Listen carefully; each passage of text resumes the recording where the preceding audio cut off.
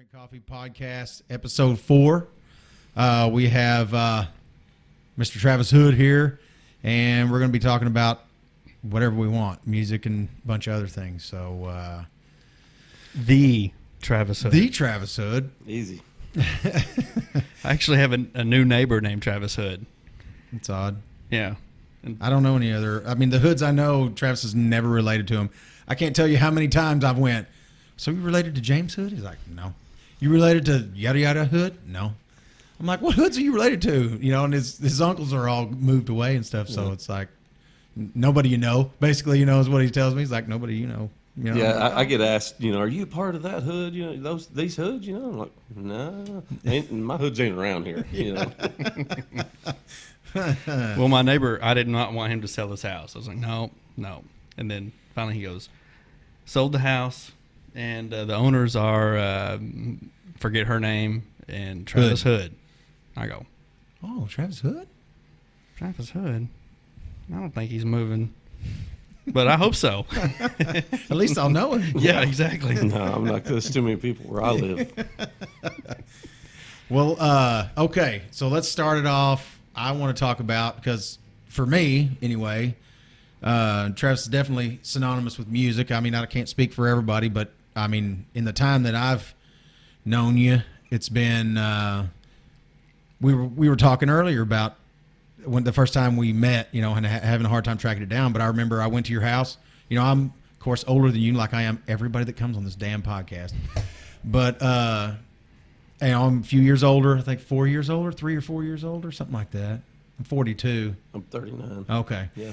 So don't forget too. I got a good story when I went to your house the first time. Oh God, it's probably something to do with my dad. No, it's not. Oh, okay. But anyway, I remember going over to your house, and like I was talking about earlier, you had one of those bucking barrels out in your yard, and I was like, I'd heard of them, but I'd never physically been around one. So I was like, can I get on that? They're like, sure, get on there. Well, everybody's little kids, I mean, Travis is in like 5th grade. Okay. Now, if he's in 5th grade, I'm in like 8th grade. Okay. I get my big ass climbed up on this barrel, right? And all little kids. Okay. There's Travis and who else was over there? He probably had on the big Garth Brooks flat. I don't know what I had. Probably that's what I rocked most of the time. It was? Yes. Okay, keep when I was going. a kid. I don't think that had caught on yet, actually. No, not at this time. Because that doesn't support my story I'm fixing to tell. Oh, okay. I see. That's how it is. But anyway, I get on this big barrel, right, and it's got carpet on it, if I remember right. And what for anybody that's not familiar with it, it's a 55-gallon drum, and it hangs by car springs, I think is what you had. Did you have car springs on that thing? You have car springs up in the top. Yeah. And then like ropes. Right. Okay. And what you do is you're simulating a bull ride, right? Well, you pull on these ropes, to make this thing do its, like a bucking bull. Well, you set on this thing with a bull rope and all that, just like getting on a bull. And I get on this thing, and of course when I get on it, I'm like, it's like this high off the ground. I'm not kidding. It's 3-4 foot off the fucking ground, for real.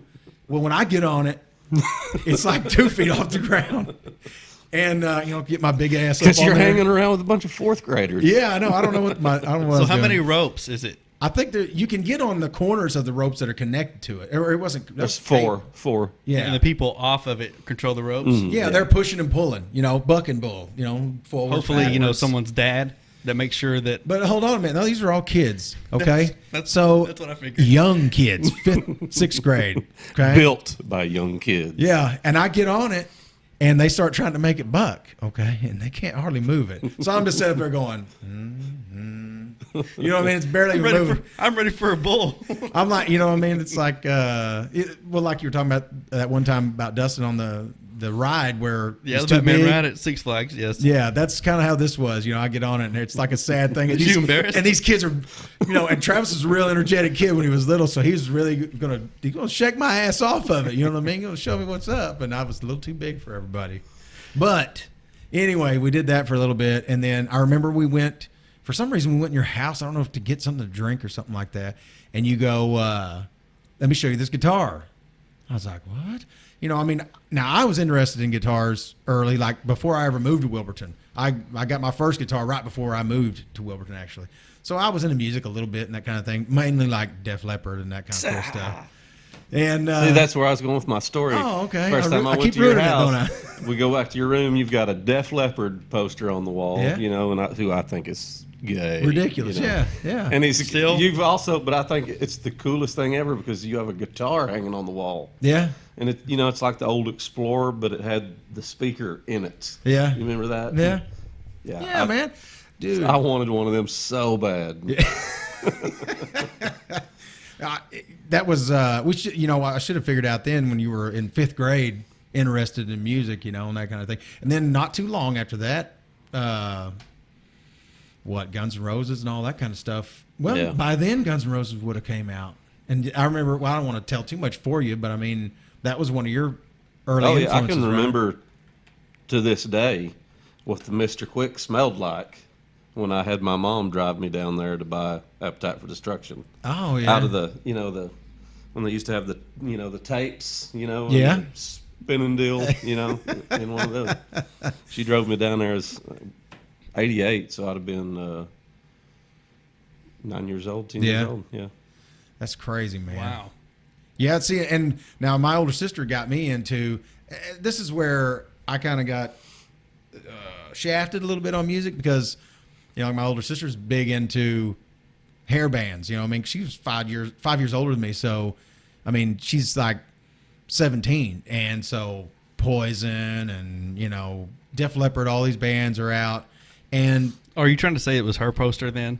no, it was mine by then. No, she Because was this whole time I've known you, I have never heard of you even mentioning Def Leppard one time. I used to really like them when I was young. Well, what happened? They're not good. Come on. And after I got kind of grew out of it or whatever, you know what I'm saying? It was like we had, like 80s Bad Company, which is going to be a bunch of stuff you never heard of. Not the old 70s Bad Company that was pretty cool. This is the 80s stuff that's like drinking on holy water. You know what I mean? It's horrible music. And that's the kind of stuff that I was listening to because that's what she listened to. She was older and I thought she knew what was going on, you know? I mean, this is big hair days, you know? This is... It's pre-Garth Brooks. Right. Well, and like this is around the time that I first heard Helter Skelter by Motley Crue, and it scared the piss out of me. I did not appreciate that song at all. It was very scary. Were you to a me. sheltered kid? Yes. Oh, okay. Dude, my parents are ultra religious. You know what I'm saying? So, Well, I didn't know that, you know, I didn't know if they were that way when you were a kid. Yeah, they had me scared of everything. Hell, I was scared of the dark. I was scared of everything, you know? Scared of going to hell, you know? I don't know, everything. Okay, So- I got you off your story. I'm sorry. Oh, anyway, I was just remembering the first time that I was at Travis's house, that Bucking Barrel. I'll never forget it. I've never been on one since. Pretty much, I learned my lesson. I was like, well, nobody can shake me around on this thing, so, you know. We have some videos of them, of, you know, kids. All Yeah. the kids used to come ride. Yeah, I remember it was. Well, I had heard about it from somebody else. They're like, oh man, he's got a good setup down there. You know, you got to check it out. And that's how I ended up down there. Well, you know, where we were at. It's a barrel between four trees. Right, but in rural southeastern Oklahoma, that's pretty big news before the internet. You know what I Yeah, mean? right. When I'm brand new to the world down here, you know, and I'm like, so, you know, what do you guys do? And they're like, what we do is go to Travis's and ride the barrel. You know what I'm saying? And then you get there and get on it, and your feet And are I touching the can't. ground. Yeah, I can't. You know. Yeah, but Don't make me laugh. yeah, but that was a pretty embarrassing time, but it was fun. You know, I mean, I still had fun doing that crap. But now then, okay, we hung out then, and we would go camping all the time after that. And Travis was young. I'm talking about like I Fifth said, grade. we were talking about that. He was a little kid. You know, how old are you in 5th grade? 10? 10, yeah. Yeah, he was like 10 years old. And I can remember, I remember even talking to you, though, as a little kid, you like talked different than little kids do. I don't know how to explain it, man. It was like you were fairly serious. You know Yeah. what I mean? Not without being, not a jerk, but I mean, you just had a more calm way. Because you remember, I'm sure you remember we were all a bunch of idiots besides you. You know what I mean? Like me and my brother and like Michael Blocks and those people, we were all like, it was all fart jokes and hitting each other in the nuts and all that kind of thing like that, you know. And Travis is more introspective as far as, well, you were you roping and stuff by then at that age? Probably not. I can't remember when you got Might have been close to around the same age. Yeah, because I remember, you know, you were always, when you were doing something, really focused in it, you know, even as a little kid. I'm still that way. Well, I mean, even as a little kid, though, that was something that I think that if someone has ever thought you were quiet, it's more you have a really neat ability to be really focused on what you're doing, you know, and that was something that I noticed when he was little. I mean, little kid, you know. Well, when you said Travis is coming on, I started thinking of like junior high, and I think you were two grades ahead of me. Yeah, I think so. And so that's exactly what I remembered of Travis was, you know, everyone else was acting, you know, like a kid, and Travis was the one that was, you know, way more mature than everybody else. It's like, man, that guy's a jerk. No, it wasn't that. It wasn't that. It was just, you know, we were all acting stupid, and even, well, of course, you know, people older than us, you know, older than me, you know, and I was this tall, you know, 2 feet tall. At 15, yes.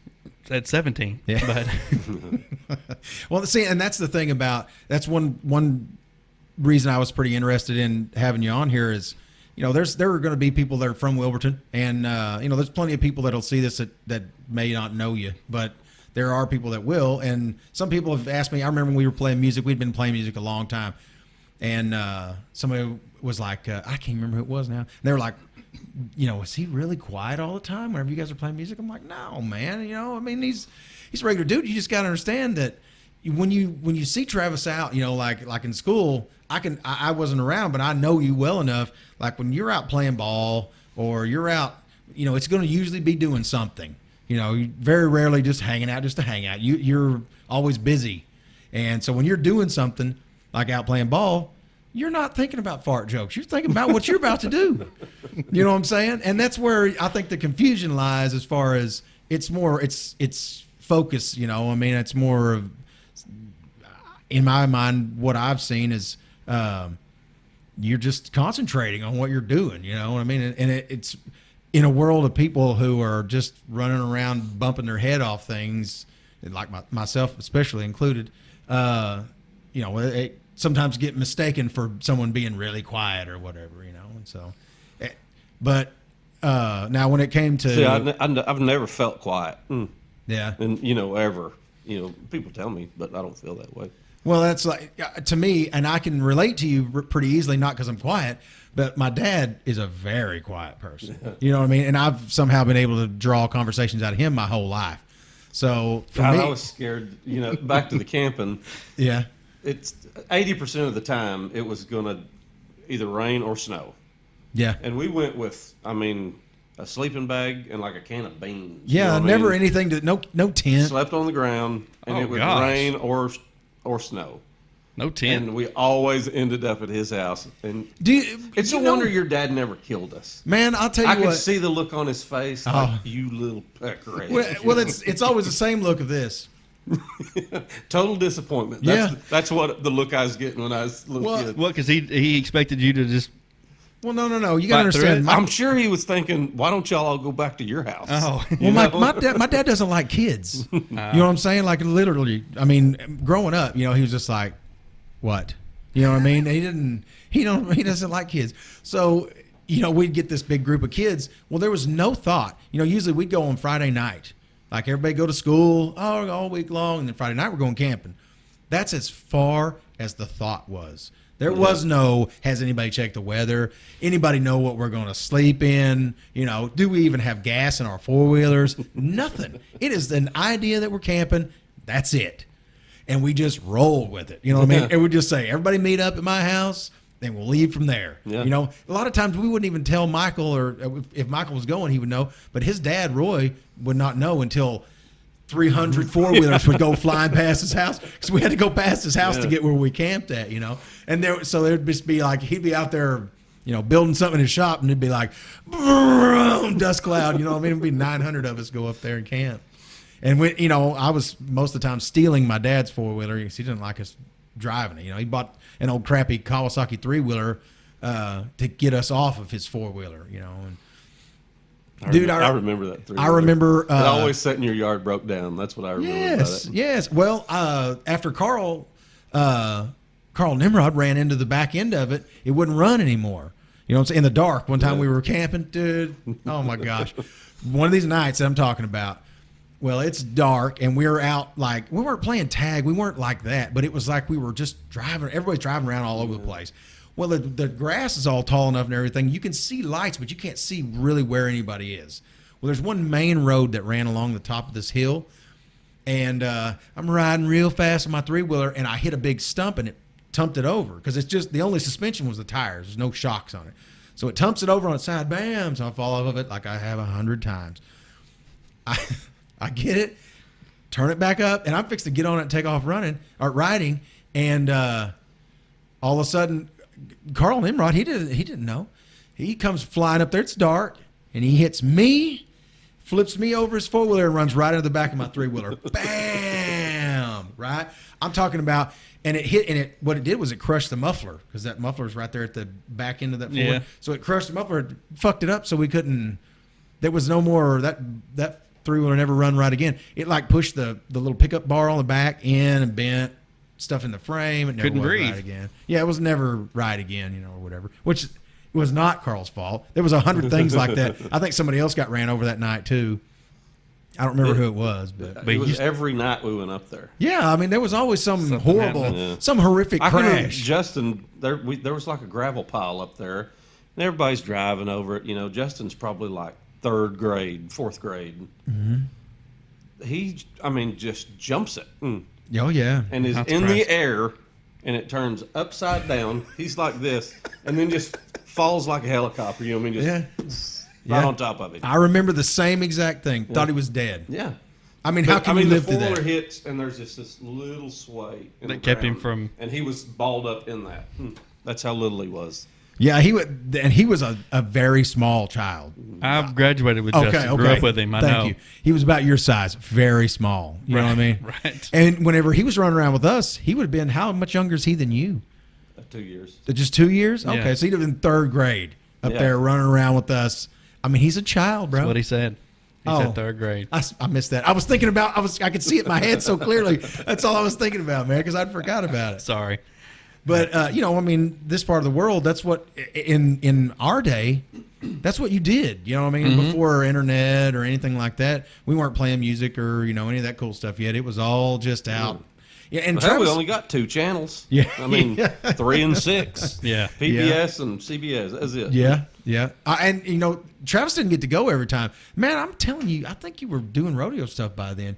You were busy. Like you would go. He just was smart and didn't want to. Well, that's probably true. But like every other time or so, you would not be there. You were gone somewhere. I don't remember what you were doing now. But and that's what I mean about you were always busy. I remember like when you would go camping, it seemed like you were talking about you were fixing to have to go do something. You were always such a. Who knows? I'm talking about a busy dude. And then when I hit puberty and high school ahead of everybody else, well, of course, I lost track of everybody. Yeah. You know what I mean? Because I'm just like, I'm too cool for camping and all that. Cared about girls only. You know what I'm saying? I'm just like, how can I get to town? I started riding with Michael Bloxham. This is how cool I was. I didn't have a vehicle, so I would ride with Michael to town, right? And Michael's not, how can I say this nicely without offending anybody? There's not going to be a whole lot of women hanging around with Michael. You know what I'm saying? Nothing against him or anything like that, but he was kind of a hokey dokey dude, Michael, I'm sorry if you're watching. Yeah, too bad. Apologies. He knows. He knows that don't do you have be him fooled. Do you follow him? No. He doesn't do that. You know what I'm saying? He's like, are you sure? Yeah, he ties fishing poles for a living, bro. He ain't watching this. He what? He ties like he makes fishing poles. Well, you need social media for that. You can sell. To make fishing poles? Well, you want to sell them. Anyway. I don't think he does. If you're old and your old ways, like he's like 1877 grandpa, you know what I mean? He's not thinking about the internet. Okay, so y'all would get to town. And then what? And we would cruise around in his truck, Oh. And you know, it was I spent my time doing that until I thought I got too cool for him. Even, you know what I mean? I had this thing where I was like, I'm cooler than you. I gotta go. I gotta find my own way. So I bought a junky old pickup, and you know. Then what I'm getting into here though is to say there were years there where I didn't even see Travis or any of those guys. You know, I saw Carl because Carl's a year younger than me in school. So, and we played football together and stuff like that. So we always, you know, we're always seeing each other around and that kind of thing. But Travis, I lost track of. I mean, that was when you started calf roping and all that kind of thing like that. I would hear about it, but I didn't even. I wasn't around you during those days. After what you were probably junior high, you know what I mean? Yeah. So we were elementary kids, you know, and then so when you get to high school, I thought I was all cool. of a sudden hanging out with fourth graders is not as cool as when you were an eighth grader. Yeah. Very true. Yeah. Plus, you guys didn't have any boobs or anything like that. You know what I mean? So that's kind of. Yeah, I don't remember you again really until you walked in, you know, when we started that. I don't even remember how you got there. Somebody told me that there was a party at your house, and of course I was partying real heavy at that time, and I showed up, and I knew you guys had a band. You know, I mean, before Travis and I played music, you know, they had that band in high school. It was, Tony and yeah, Brandon and it Eric. was a pretty big deal. You know, I mean, in Wilburton for sure. You know, everybody who was knew in that about it. band? Who was in that band? Tony Langston and Brandon McCabe and Eric Nona. Oh, okay. Yeah, it was. I mean, everybody knew. I knew about it. What was it called? Elegy. Why do I not remember that? Because you were a small child.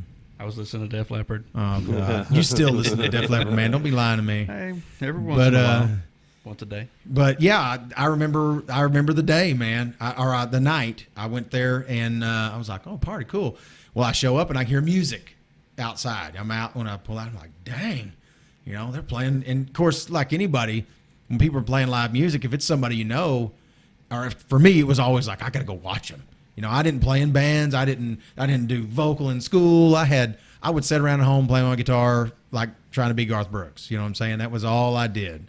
And you know, back when I was in high school, I took my guitar to school and I did a whole lot of, you know, I was really into music and that kind of thing. So did Josh Hawthorne.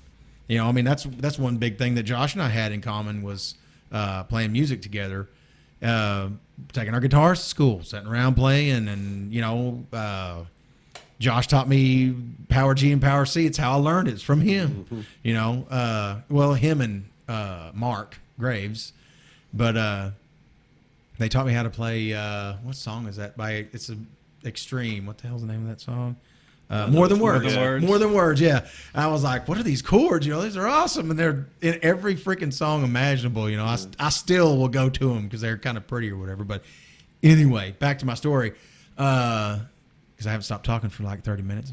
I walk in, though, and Travis and them are all set up, and they're playing as a band. Now, this is Travis, Tony, and Eric? No. This would been Ryan and JK. Ryan and JK. That's right. Yeah. Because were you out of high school then? Yeah, you were out of school. Probably the year after. Yeah, because I would have been like 20 then, 19 or 20, something like that. I can't remember. Yeah, anyways, I don't know for sure either. Old enough, I should have been probably working and not playing music. But anyway, and I was just sitting there listening. I was like, man, these guys are pretty good. You know, you guys played cool music, you know, and I had never even seen anybody play a lot of the stuff that you guys were playing. You know, it was grunge and a whole bunch of other stuff that a lot of stuff I'd never even heard of. Yeah. And I sat there. Probably a healthy dose of Pearl Jam, probably. No, not that.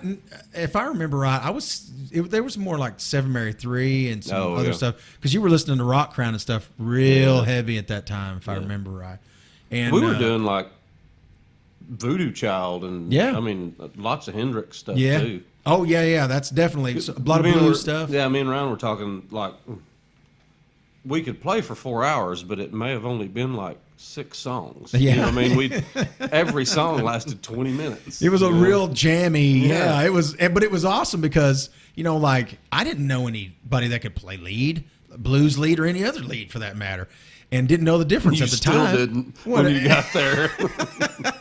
Well, but I mean, you know, you were ahead of anybody I had ever like actually known that was playing music. So I was just like, holy crap, you know, I mean, he's been sitting around getting really good. How in the hell has he had time? You know, he's done all this other shit I've heard of. And so I didn't think a lot of it other than I was just listening. You know, we were drinking a little bit, but nothing big. And there was a ton of people there, man. I remember there was a lot of people inside that building where he had all that stuff set up. And all those just started as a practice. And then Ryan would like tell 2 or 3 people in town, you know, because back then, well, I mean, if you're our age, you know, every Friday, Saturday night, everybody goes to town, you know what I mean, and meets up, and this is what we're doing. And someone's going somewhere. They're all going somewhere. Ryan and Travis and them are playing, and it would go even to the college. You know what I mean? It would be cars for a half a mile down the road. You know, seriously, that's not exaggerating. I don't think crazy. I don't think I ever went out there. I don't know. Huge parties. Well, you would have been still in high school at this time. I mean, I'm Ryan's age. You're talking about Ryan Brindley, right? Yeah, I'm Ryan's age. You are? Yes. Ryan's that young? Good grief. Yeah, I'm old, dude. Anyways, yeah. I mean, it would be like overflowed to the outside, you know what I mean? People just standing all around in the yard and the driveway. And people like, we're in there playing, and there's nowhere for people to be. So they're like sitting on the floor at your feet. And I mean, it just, yeah. It was a lot of fun. I was going to say, man, what a life. Yeah. Hey, it was awesome. Never planned, you know. Right. I seriously walked in, and this is a culture that I had no clue was even out there. I knew nothing of this. All I knew was getting drunk and fist fighting and, you know what I mean? All violence and craziness is all I knew about being a male. You know what I'm saying? So I walk in there and you know, I'm just like, wow, I haven't seen people play music like this. So I'm one of those people, you know, I'm just sitting there watching. Well, then they take a break. And, you know, of course, you know, Travis and them go outside and everything, and they're sitting there, and I'm admiring the instruments because I've never even played an electric guitar. I mean, I owned one. I played one. Let me take that back. But never, like, organized. You know what I mean? I'd sit around and play some big old open chord, you know, but I didn't know anything about playing music with other people.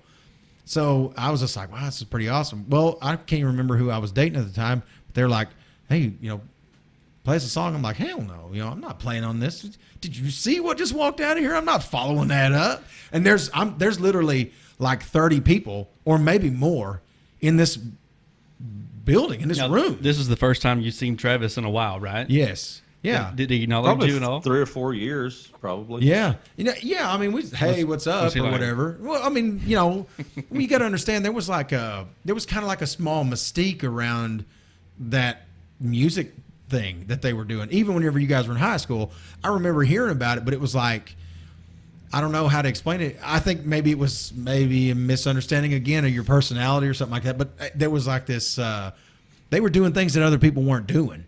You know what I'm saying? I mean, there was a culture that that was involved with what you guys are doing that wasn't like anything else. And that's one of the things that I liked about it. Is immediately when I walked in, I was like, dude, this is not fist fighting and drinking beer and telling jokes. This is where it's at. Well, I mean, this is like, there's like artistry involved in it. You know, remember, that's what it felt like to me. I mean, even though you guys were just kind of messing around. We had the market cornered because we were the only band. Yeah, that's true. That's true. And that's what I mean, though, to your point. You know, it was like, it like floored me, you know. I do remember now. Yeah. Thinking back. I'd been around here and there, but nothing where I actually got to sit down and just watch and listen. It was awesome, man. Finally I picked up an acoustic guitar, played like 1 or 2 songs because this girl wouldn't shut up. So you did pick not an electric guitar. No, it was an acoustic guitar there, and I played like. You were scared? I played something stupid like "Sweet Baby James" by James Taylor. You know what I mean? It was like some acoustic song that nobody had ever heard, like some Joni Mitchell or some dumb shit, you know. And everybody's just like, "Oh, that's cool. Where's Travis and them?" You know.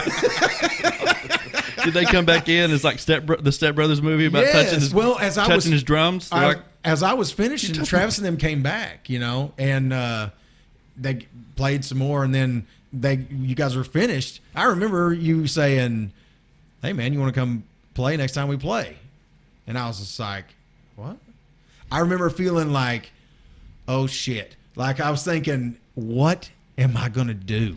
You know what I'm saying? Like when I show up to this, what am I going to contribute? You know what I mean? He didn't say, "You want to join our band?" You know, like I watched that movie about Queen, you know, and they're just like, so we need a singer. You want to join our band? He's like, well, I don't really know if I want to or not. No, this is not that level. You know what I'm saying? This is more me going, I think you've mistaken me for someone who knows how to play. You know what I mean? I play, you know. Being good has never been a requirement. Well, I mean, but I was playing like much too young to feel this We were damn talking old. about that just the other day. I mean, right? It's just people we want to hang out with. Yeah. You know? Right. Well, and there's, I mean, people that play music a lot are few and far between. You know, I mean, there's lots of people that will play a guitar, but people that want to play organized, it's pretty rare. And then it's even more rare to find people that you can depend on that play music. Yeah. Now, Travis knows that better than anybody does. But yeah, dude. And then after that, I showed up. I didn't own a guitar, not an electric guitar, and that's all they played. I mean, we're talking about grunge stuff, you know what I mean? So I'm like, I got my acoustic, you know, and he's like, well, and you had 2 or 3 guitars at that time. Yeah. And you were like, here, try this one, you know, and I'd put it on, and then he's like, okay, the song, we're going to start out with something pretty easy. It's just 3 chords. It's like this, and then they just go blam, and they take off playing. Dude, I'm telling you, it's like baptism by fire. And now that I know more about it, you know, it is pretty simple. But at the time, dude, Voodoo Child, I'd heard it like twice in my life. You know what I'm saying? It was music that was foreign to me that they were playing. It's, you know, it's blues, real heavy guitar-driven stuff. And I'm just like, for anybody who doesn't know what I'm talking about, it's Jimi Hendrix song, or Stevie Ray Vaughan plays it too, or played it. If you don't know what he's talking about, turn it off and don't watch us anymore. Well, because there's young people who aren't going to know what that is, but I'm kidding. It was definitely, you know, it took me, and of course, Travis always very patient, beyond patient. See, I You know don't what I'm even saying? remember any when you joined, like there being, like we even showed him. You know what I mean? It's like we just played, and I feel like he just figured it out. You know? That's what it. I mean, don't that's ever kind of. remember saying this is the chords. It was almost just like Yeah, we you just take off and kind of do this, and Yeah, and I had to and it was one of those things where, you know, I always felt like I was behind. I was always, because I mean, I never, still to this day, couldn't play along well with what Travis and them do. You know what I'm saying? I mean, you know, like I said, Travis takes music real serious, so and there's nothing wrong with that. for no reason. Well, no, but I mean, you know, you've worked on it a lot. You know, spent a lot of time doing it, and so I mean, it was a long time before. And of course, me immediately knowing my personality, I was immediately like, well, "Let's play a gig. Let's play. We're a band. Let's play somewhere." You know what I mean? But I'm terrified though. I would screw it up every time we played anywhere. You know, so I don't remember even wanting to play places that bad back then. I you know? started all that crap. You know what I mean? You guys were just jamming, and I was like, "Dude, let's play a band." Let's go play first. Let's see. Outside, was that our first time? No, we played a few times. People came out to your studio. Yeah, That's how we did probably it. the first time we left. We played like is either your brother's birthday party when it Yeah, rained, a big birthday party. Yeah. and then we did like a graduation for one of the Donnelly boys or something. Yeah. The Oh, first one was on 2 trailers, 2 big gooseneck trailers that we had side by side, and we had what are those enclosed trailers full of stuff, all Yeah. your stuff. And Travis had, like, you know, Travis being the he can be a pretty frugal guy. You know, I mean, you can relate. You know, I mean, you know, he's Travis and I would get along. he likes a bargain. You know what I'm saying? I get called tight daily. Yeah, he does like a bargain. Same here. So, you know, it's one of the things where you're going, well, I don't know what we're going to do with these giant speakers. You know what I'm saying? Like, he had the main speakers he had were huge, heavy. Take 2 of us at least to move them. I And we- still have them. Do you? Yeah. Dude, we took these things. They're like 5 feet tall, probably. You still use them? No. Oh. They're We have better speakers sitting on top of them. Oh, okay. right. Well, and they're cool decoration now, but then in those days we had to load them up. That's all we They had. are enormously heavy. I mean, Yeah. I don't- And we took them and set them up. Oh, dude, you think setting this thing up every time was a deal? Dude, we came out there. We had to get a generator for power. We played in a pasture, Yeah. in a cow pasture. No exaggeration. Where at? Over at my mom and dad, or my aunt's place now, over at Oh. Kenna, in the middle of, I'm talking about their strip pits right here, cow pasture. There was cows there. The guy that owned the cows came up and asked what we were doing there. He was renting the pasture, and he's pulled up there, and he's like, it's still daylight outside. Mini Woodstock, you know. Yeah, and he's like, what are you guys doing here? And I'm like, well, we're set up, play a little music, you know. What? You know, my aunt owned it, but I didn't say anything to her. I grew up over there, so I didn't think anything of it. So he had at least. Yeah, and he's just like, you know, and his cows are walking around, you know. And he's like, so, Did you get pictures of this? no, we didn't. Unfortunately, There wasn't no such thing back Right. then. yeah, we just Right. rolled with it.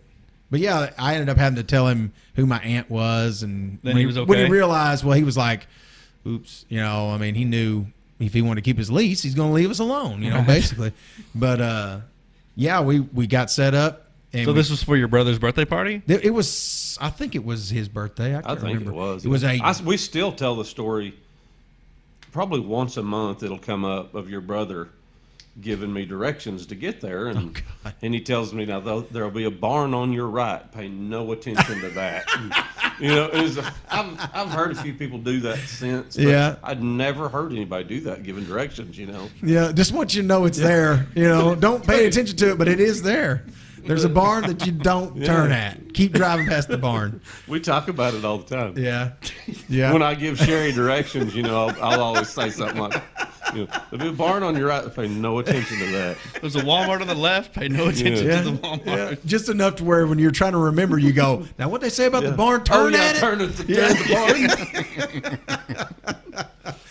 Yeah, that was another one of those huge, dude, that thing was, So- it was a giant party. Yeah. Like people were on ecstasy. I'm not exaggerating. People were, it was, I it can turned- remember people that, like up on the cabs of trucks and stuff. You know, I mean, it was huge. Yeah.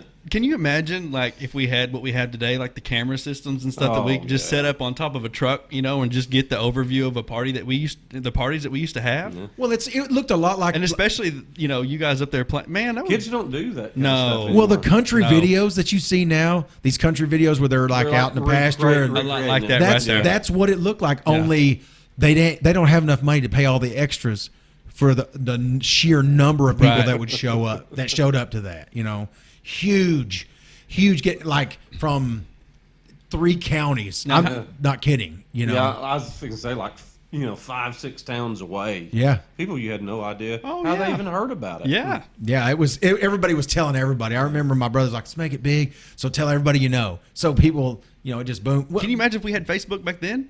Oh, How big these parties would be? There's no telling. I don't know if they there would was be like as no big. options back then, though. Right. You know, I mean, now you can go do anything you want to. Right. It's just it was like every weekend you were looking for that one place to go. Yeah. You know, and that was it. Well, and that's what, you know, I think that's the difference. What we were talking one time on the podcast before about how kids don't go to town anymore. Well, they don't have to. You know, back then, like you, I didn't see you for 4 years. I'd hear bits and pieces about what you were doing here and there or something like that. But, you know, you guys had a really good football team, I remember, and I would hear about that, come watch you guys play a few times and that kind of thing. And, dude, other than that, I didn't know. You know what I mean? Until I walked in that room, I hadn't seen you. You know, you went from like this big to a grown man, you know, and I was just like, holy crap. Jamming you out. know? Yeah, you know, so, but it took off. I say it took off. Travis and I definitely got very serious about it at that point. I mean, very. So your first gig basically was the birthday party, and there's a I ton don't of know people how many there. people there. Ton of people there. Y'all A didn't lot create a of people. Facebook page at that time? Yeah. No. That'd have been the first thing you do, right? dude. Yeah, we played like it stormed. I mean, probably an hour or so into the set, Yeah. and we played That's through right. it. I mean, sparks coming off microphones and getting you that far. You Yeah. know, guitar. I can remember guitar strings being so wet that you couldn't hardly get volume to come through. Yeah, they were deadened because Yeah. they got rained on. Dude, we played anyway. Yeah, we It was- played all the way through it. Yeah. Yeah. I remember now Travis would always make me do a song. You know what I'm saying? It was always like, Turn the page. yes, and I I remember it. fucked it up so bad, dude. So bad. Bob Seger version or Metallica version? There wasn't even a Metallica version at that time. Yeah, I don't think so. It might have been. It would have been close to the same time. Yeah. We But kind of did our own version. yeah, We never did anything right. it was way heavier than Bob Yeah. Seger does it, you know. But I played it once for Travis's dad at a practice. I was just sitting around playing it, and he was like, "You got to do that song. You're onto You know, something. the first time you guys play a gig, you got to do that song, you know." And that's kind of where that, you know, there was. Paul made a lot of decisions, it seemed like, on what we were going to do in those days, you know. That's Travis's dad, in case you didn't know. But, yeah, man, I remember playing that song. And, see, Travis went through our set fine. You know what I mean? Like, no problems. Even though we were playing dead strings and all that kind of thing, he still did sing. Come time to play my song, dude, and I was stage frighted. I was like, I couldn't remember the chords. Like, I didn't change. I remember playing a D chord, right? And I remember never coming out of it. To that whole song, I played the same chord. Thank God Travis had me turned down. You know what I'm saying? Because it would have been just like, ring, ring, ring, right? Just like, and couldn't remember the words. I forgot the words. I have horrible stage fright. So dude. you were fumbling the words or what? I didn't remember them. I was like, yeah, turn the page. You know what I mean? There was, I was No, like, this was at where? This is the first gig I'm talking about where there's Your freaking brother's 200 birthday people. party. Yes. And I cannot remember the words, dude. I'm shocked. And I was dating some girl, and she was like waiting on me to play this song. I can't remember who I was dating, but I remember her standing out there and being like, "Woo!" And I'm like, "Why are you cheering?" You must I have been can't with a lot remember of the girls. words. You know what I'm saying? Well, I mean, when you're 19, I don't know. I mean, I may have ran through a few, but I hope they're all watching. and then they were all waiting on my one song. You know, I'm like, I'm gonna play a song tonight, and they're like, "Oh my God, yes!" No. You know, and- So when you did it, did anyone notice, or was everybody just like, I know Travis did. I'm sure. And Travis is always gracious. You know what I mean? I was just like, dude, Pretty good job. He's like, nobody even noticed. No one noticed how bad you suck, man. It was terrible, but no. But the gig as a whole was good. Then the one we did at Donnelly's, that was a good one. Yeah. That one went really well. I think I was at that one. Now Ryan Brindley, bless his heart, bro. He was he got right before we played that night, and he had one beat. He was playing one beat all night long. There was no break. There was no pause. It was funny because, you know, we practiced a couple of times a week or something like that. I mean, probably, pretty often. And I'll let you tell some stories in a minute. I swear I'll shut up, but I just being around you just brings all this back I don't up. remember near as many as you. You don't remember this, dude? Yeah, I mean, once you start talking about them, I Yeah. remember 'em. Well, these are what stand out because, like, he was fine. But like I said, we practiced a lot, and this was going to be for Ryan's graduation. You know, it's a pretty cool thing. Everybody's really excited about it. We're starting to gain some notoriety in town. My graduation too. Yeah, but I didn't know you. You were a child. And Travis knew me. but we're sitting there playing along, and you can tell it starts to kick in. Ryan's starting to get like tunnel vision. You know what I'm saying? Because he's got his head down. Like I don't even remember what song we're playing, but there's supposed to be like a break. You know what I mean? Like everything like da da da and stop, and then you come back in, and he just right on through it. Never. I mean, he had one beat. That's it all night long. Do you remember this too? Yeah, And me and Travis were looking at each other like, yeah. oh God. Because if we needed him to speed it up, you know, like to basically go into another song, you know, you kind of give him that. Yeah. And he'd speed it up with you, and he'd just keep playing that one just a little faster. He says I still do awesome. that to him, you know, because I have my back turned to him all the time now, you Yeah. know, and we'll be playing something, and it's, you know, sometimes it'll get slow, you know, and he said, I'll watch your leg. He Yeah. said, I know when I'm going too slow, your leg will be going. Because you're telling him to. Well, you got to understand, you know, it's always been this way. That's funny. And Travis and I played music for a lot of years together. I'm talking about with no band, just me and him, a lot of years, and played together at places and things like that. And to this day, if I was to stand up on stage with him and play, I would be watching his hand for chord changes And his leg for the tempo. and everything. You know what I'm saying? I mean, I run everything off of him because he's got a good presence of mind when we're up there. I'm stage frighted out. I'm up there. I'm doing a Ryan Brindley. I'm just banging it out. I'm just like pretend like nobody's see her. You know what I mean? I'm just playing. You know, and I'm no better. I mean, Oh, man. I don't even like to go out and play anymore because of it. You know, oh yeah, stressing over, like we were talking about, stressing over lyrics. Well, you guys Yeah. were playing. I mean, you guys were playing at Pegasus. good shows too. I've only went to one. Only got to make one show with your band, but You guys still play? We haven't in a while. We're probably fixing to get Oh, back going again. awesome. Just took a break. Okay, let's go ahead and mention the band name. Is it still the same The band name? Deadweight. Okay, Deadweight. The Deadweight. Yeah, you guys have played some shows. I mean, around, right? I mean, from Yeah. what I like I said, I didn't get to make very many of them. I made that one, but Yeah, I mean, we were playing a couple of months. You know, that's pretty good, man. You guys were some kind of good getting ones and some bad ones. well, you guys were getting to the point of like whenever you and I were talking about being that serious, you guys were getting to that point to me where you guys were out going around. Yeah, I mean, playing I think it got so serious for 2.5 years that everybody about 6 months ago was just like, Need a break. nobody really said, let's take a break, but it was more one of those, all right, let's take a week or two. We just played somewhere and it was like, let's take a couple weeks off. And No, those couple weeks are over. we've No one's been really trying to get back 7 in. months, you know what I mean? Yeah, so everybody was ready for it. well, now, So you've got some music lined up for a new album, I'm guessing. Yeah. For the awesome. Yeah. how many Working on it. albums? How many albums have you done? Before we get too far along in this album thing, I was gonna say. how many albums Maybe I'm have jumping you ahead. actually created yourself? I'm counting everything. Do you have any idea? We tried to figure it. I think it's maybe 18 or 19 now. That's it, Yeah. man. I figured it was way more than that, But that's a ton. dude. What are you talking about? You should know how many songs have you written in that Well, I was time? gonna say, I'm sure there's a lot of songs that More didn't than- quite make it. More than can go on 19 albums. Man, Or the- I'm telling you. I write in bulk, I'm telling you right now, I have learned and forgotten. quantity, not the quality. Well, I mean, Travis has written a lot of songs, and when we were playing together, like I said, even after we weren't a band, dude, we would learn. I mean, he'd say, "I've got these songs. We're gonna, stuff we would legit set up to do," and we might learn them, record them, and then he would decide he hated them. I'm not exaggerating. I hate most all of them.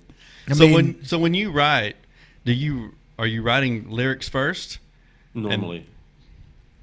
I always wondered. yeah, that's. I mean, it comes in different ways, but the majority of the time, Sometimes you might come up with a tune first. Yeah, I mean, here lately I've been kind of writing at the same time. I was going to say it depends on your mood. It almost seems like to me, from what I've known of you, it's like rarely do you write a melody first. It doesn't seem like to me that you write.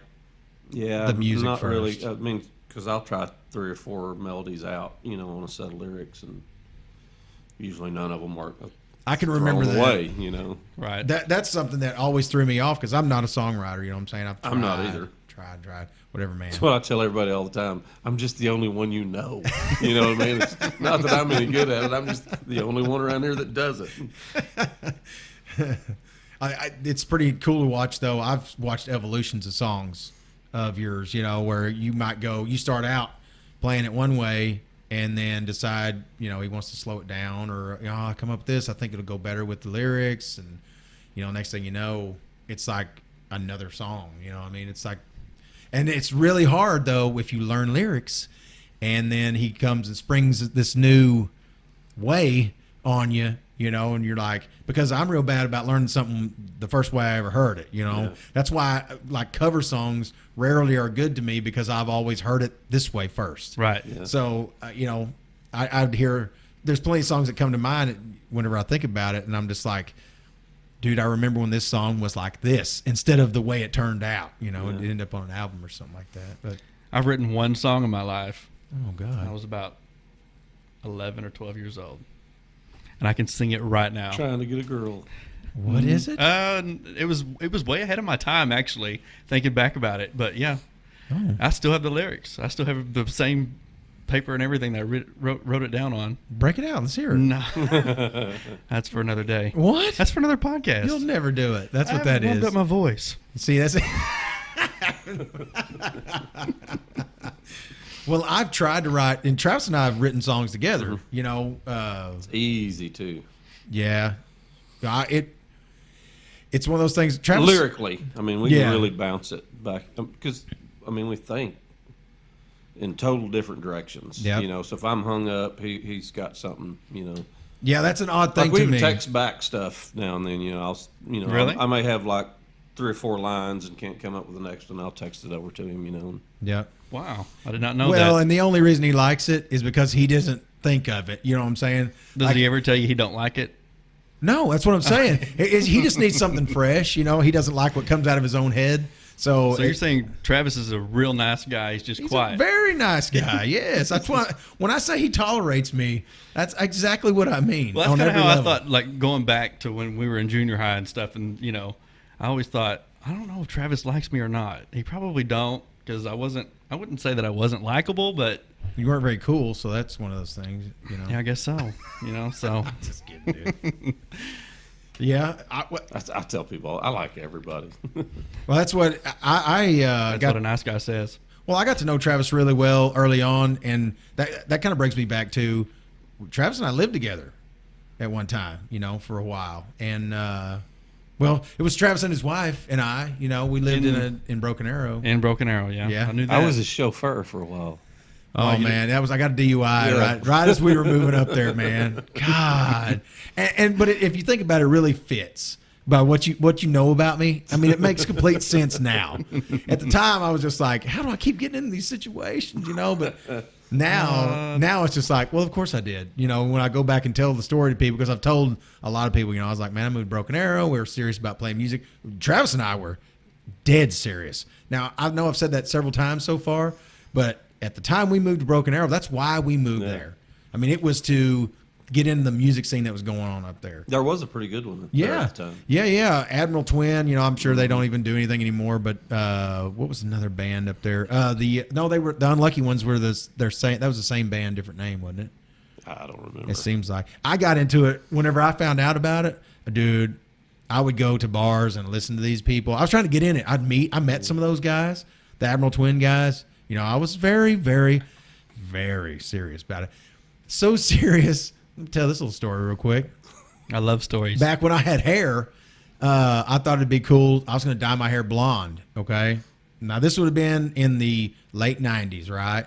Now, not tips, That's okay? so Def Leppardish. No. This was more like, what would this be? Like Puddle of Mud is what I was going for. Now, my hair's not long and wavy. Or Fuel. When Fuel, he used to. Yeah. But whenever I had hair, my hair didn't grow long and like luxurious. It sticks straight out from my head. It was not billowy. Right. It looks like this microphone. Well, eventually it comes down. You just got to give it time, right? But it has like body. You know what I'm saying? Like it grows straight out, and then it gets so long the weight will carry it down some, but it looks like this.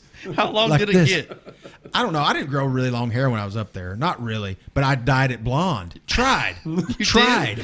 Please tell me you have pictures of this. Tried. I don't. There's no Oh, pictures, my dude. gosh. But let me tell you the color of orange it was. Nobody can see the light on that, but it was like electric orange because my hair was brown. You know what I mean? Like dark brown. So it came out, and dude, I bought okay, we were living in Broken Arrow, so I just drive down the street. I bought hair dye. I had no money at this time, by the way. Dude, I was so broke. We lived up there. So broke. I worked for a rock bricklayer, and so I would go buy hair dye kits from I think Walmart, Dollar store. Target, or something like that. I can't remember. But I bought because I remember reading somewhere that people with dark hair Sherry had. could tell you where he's probably getting them with that. What was it called? There was a grocery store. I don't know, Piggly Wiggly or something like that. No, I mean, it was Albertsons. like a block from her house because Sherry worked at Yeah. Reasoners. Reasons. Reasoners. Yeah, that's where I went. Yeah. So I bought 2 dye kits, right? And because I read in order to get the color out of your hair, it takes a lot. So I went in the bathroom, and I do it up, and it's like burning. You know what I mean? I remember it being like, God, You guys act like there was no cameras back then, but there were cameras. We didn't carry them. That's Yeah, true. I mean- but Sherry, please tell me you have a picture of this. Well, like Travis would take pictures, like when I'm sure you have pictures of us like set up and playing as a band and that kind of thing. We would take pictures for album art and that kind of thing of us playing and that kind of stuff. But as far as it just being when sitting someone around- comes out of the bathroom that just put in dollar store hair dye in their hair. I didn't tell him I was doing it, man. I just did it. He just appeared. Yeah, I just come walking out and I'm like, this is as blonde as I can You get. didn't even ask Sherry for her help. Like, hey, can you give me some No, tips here? man, You thought the box was going to tell me exactly. You know me. Self-explanatory. You know me, and you know I put no thought into anything I do. I just do. But you know you what I'm don't. saying? You don't tell Travis ahead of time. I'm thinking about no. No, Travis has really long, like grunge style hair. I'm trying to get into it. Right. You know what I'm saying? Like he's there. I'm trying to get there. Okay. So you come out as a How old are you? 5'11", 260-pound man. I'm trying to look like How old are you at this a time? heroin-ridden grunge player. You know what I'm saying? How old are you? I'm at this probably I'm 21 because I got 20. I got a DUI when I was 20. So, time? Oh my gosh. dude, listen to me. Okay, finish the story. So you come out. I come out and I'm like, Now, before you came out, did you get it? Did you know that you messed up? well, I didn't know. I was looking at it and I was like, you were unsure. right. I was like, That's But the you best- were- you were very unsure. yeah, because I was like, is But this? you were very sure. Well, I was sitting there thinking, is this blonde enough to get by? You know what I'm saying? No. You know what I mean? It's like the color of your cup almost. You know what I'm saying? I walk out there like this. You know what I mean? I remember the look on both their faces. They were like, no. You know?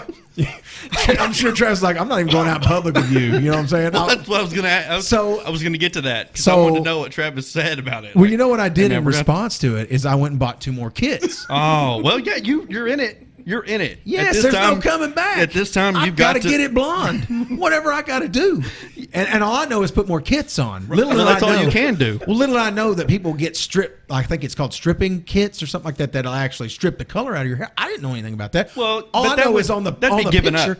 it says platinum blonde. You on don't the wanna give picture. up. I'm trying to get to fucking platinum blonde. With as many kits as it takes, bro. You know what I mean? I'm eating pretzels and You're like, I didn't budget for these extra 2 kits, but I've yeah, got to. pretzels with mustard on them is all I got, and I'm spending money on these kits to dye my hair. So I get 2 more, and I come out, and it's nothing just different. But in my mind, it was lighter. You know what I mean? I'm like, I'm lighter, but I couldn't find the same color. This wasn't platinum. This was like You put 2 different ones like in there? autumn sunrise Oh, or my something like God. that. You know what I'm saying? This is like some other color, and I come out, and they're both like this. So I'm thinking, what the hell am I going to do? You know what I mean? Like, because we're constantly working on where are we going to play. We're constantly practicing. Yeah, and you can't mess your image up. Right. You It's know. very well. I mean, the first time you see somebody, that's what's you're going to lock onto. You I know this. Right. Well, And Travis knew this too. as a person who's wanting to play music, I was hyper aware of it. So I'm thinking, what else can I do to look? I got to get this off. There's no coming back. All I can do is shave my head. And I took clippers out there and cut all my hair off. That's why your hair stopped, dude, because you put 4 things. Possibly.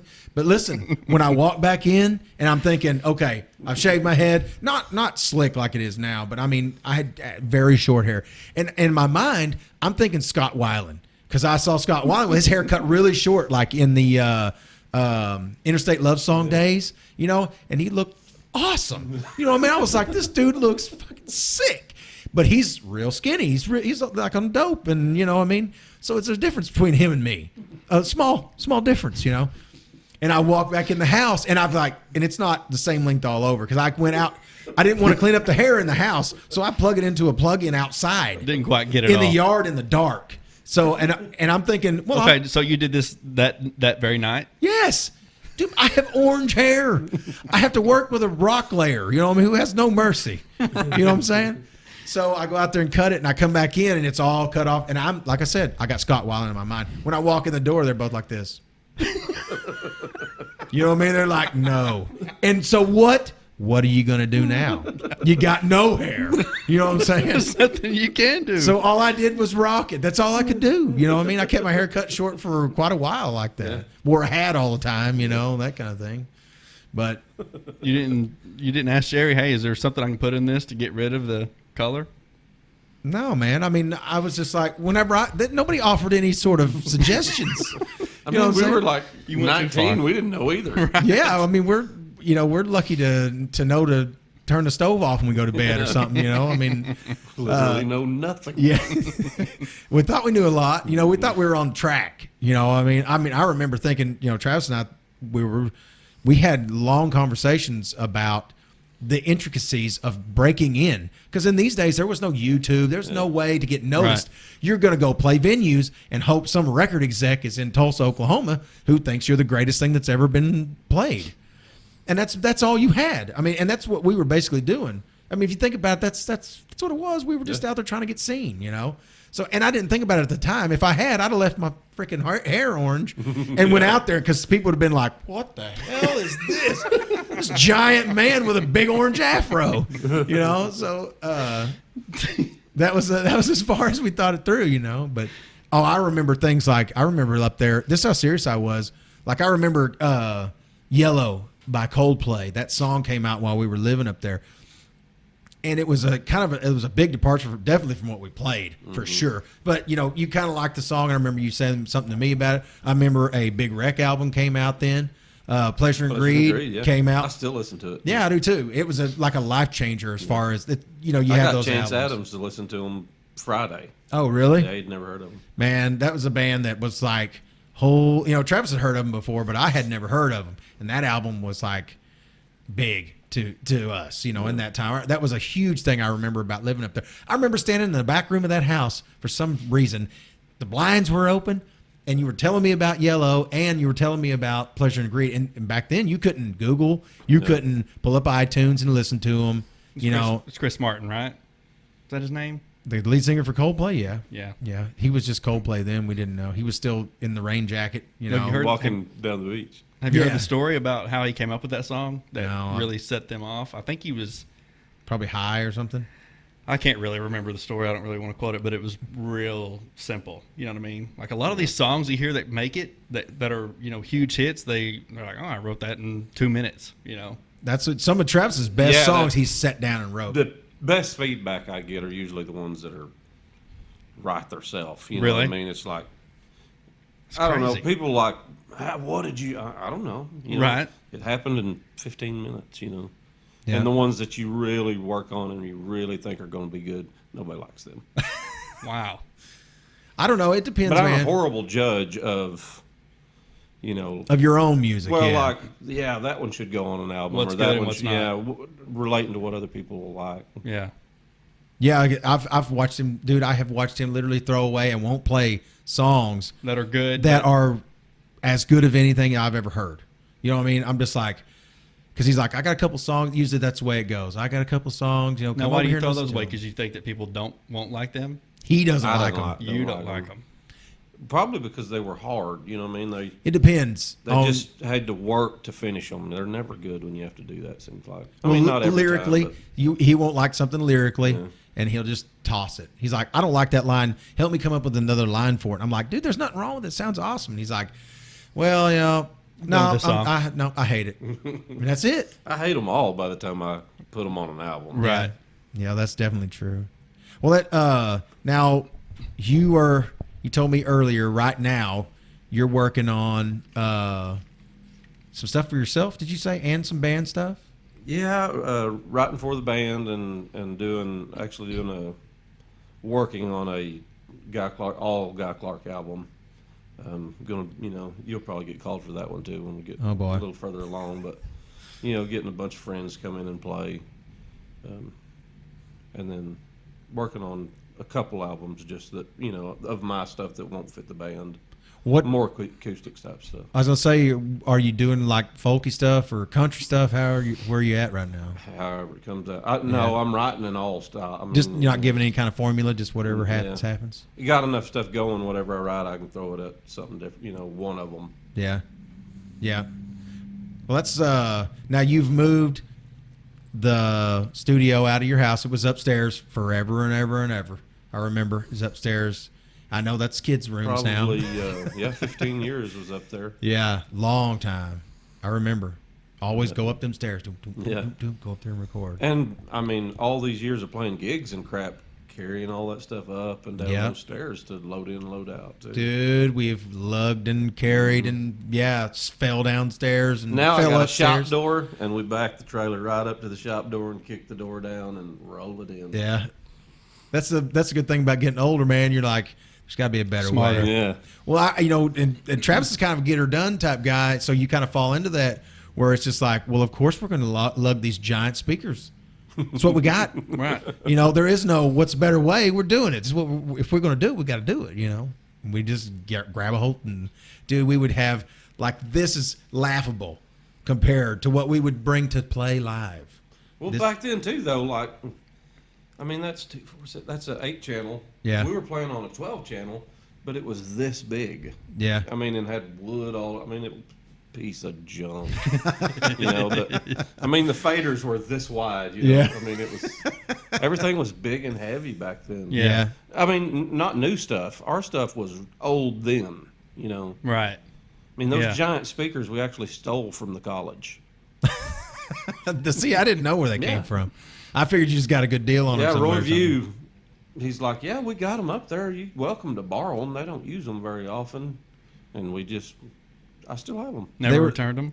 They were like they stage. never used them. I guess. Right. Again, Yeah, they were huge, giant speakers, man. I don't even know what size speakers are in those things. I think 15s or something like that. no, I think it's like a whole bunch of 10s or 12s. Is It's it? like 8 or 10 per side? And they're not that loud. Are they You still- can get a speaker this big now. Yeah. That'll. Are they still blue? No, we repainted them back to black. Oh, did you? Yeah. I remember they were blue for a while, like blue, almost like that color of that wall there. Yeah, like It was- sky blue. Yeah. Or baby. Yeah. It's. for a long time. I don't know why we did that. I don't remember either. You painted them It was when I didn't. grunge. They were green at one time. Really? Yeah, like remember. lime green. I remember them being blue for some Yeah. reason for a long time. I can't remember. I remember carrying those heavy bastards around though a lot. Well, these are speakers. I keep coming back to them because normally, if you saw these speakers sitting around, you'd think whoever bought those have them bolted to the floor and they never move. And we moved them like they were monitors. You know what I mean? Like they were little bitty speakers, and we moved them around all over the place. That's what we had, though. I mean, what Travis had. We just lugged them around, did everything. We eventually put rollers on them. Oh, Casters. finally. Why Yeah. we didn't do that? Well, Of course, that's- we didn't have anywhere to roll them back then either. It was like carry them to the truck, and Yeah. truck to 2 trailers in a pasture. Put them in the back of a pickup, and they're heavy. Yeah. Talking about heavy, dude. There was times I remember we would practice and stuff, and we go on breaks and sit out in the back of the pickup, and talk, and dude, we spent so many hours playing music for years. It was crazy. I don't know why it sticks out in my mind. I remember even during deer season, that's another big thing in rural Oklahoma for anybody who's listening from somewhere else. During hunting season, it's like a big thing. I remember JK shooting a big 300, somebody's 300 in the back of your pickup. Yeah, I think it was your gun, I don't remember. 300 mag. I don't remember now. And he's like, well, let me, he just stood up and shot and almost knocked him out of the truck, He's like stumbled backwards.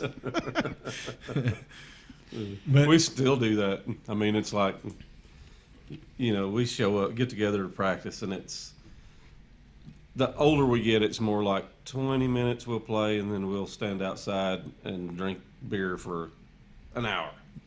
And then maybe 10 more minutes and then back out. It's, well, it's more about just hanging out with, people you like now, Yeah. less about who, oh, I remember. definitely not trying to be a rock star anymore. It was funny. I was sitting here thinking about, you and I would practice in the garage of that house we lived in. And this goes back to how serious we were. It's 150. Just be me and you. Just be me and Travis. Everybody else, like Ryan and our guitar player. And, JK didn't go up there with us. Who played bass? We had to find Oh, one. we were hunting a bass Yeah. player the entire time. Yeah. So Travis and I were this serious, dude. We would go sit in the garage by ourselves and work on songs and practice. If we couldn't get nobody to come, it would just be me and him. Dude, we would sit around and talk the philosophy of, we were in depth. We wasted so much Yeah, time. yeah. There was a lot of time not doing anything. And that reminds me of, you remember whenever Ryan left the band and we were looking for a drummer? Yeah. Do you remember He didn't leave the band. He just left town. Yeah. It's like He just went home. You Well, know? now I'm thinking about a time though, whenever we were still, maybe we were still in Wilburton, or moved back to Wilburton.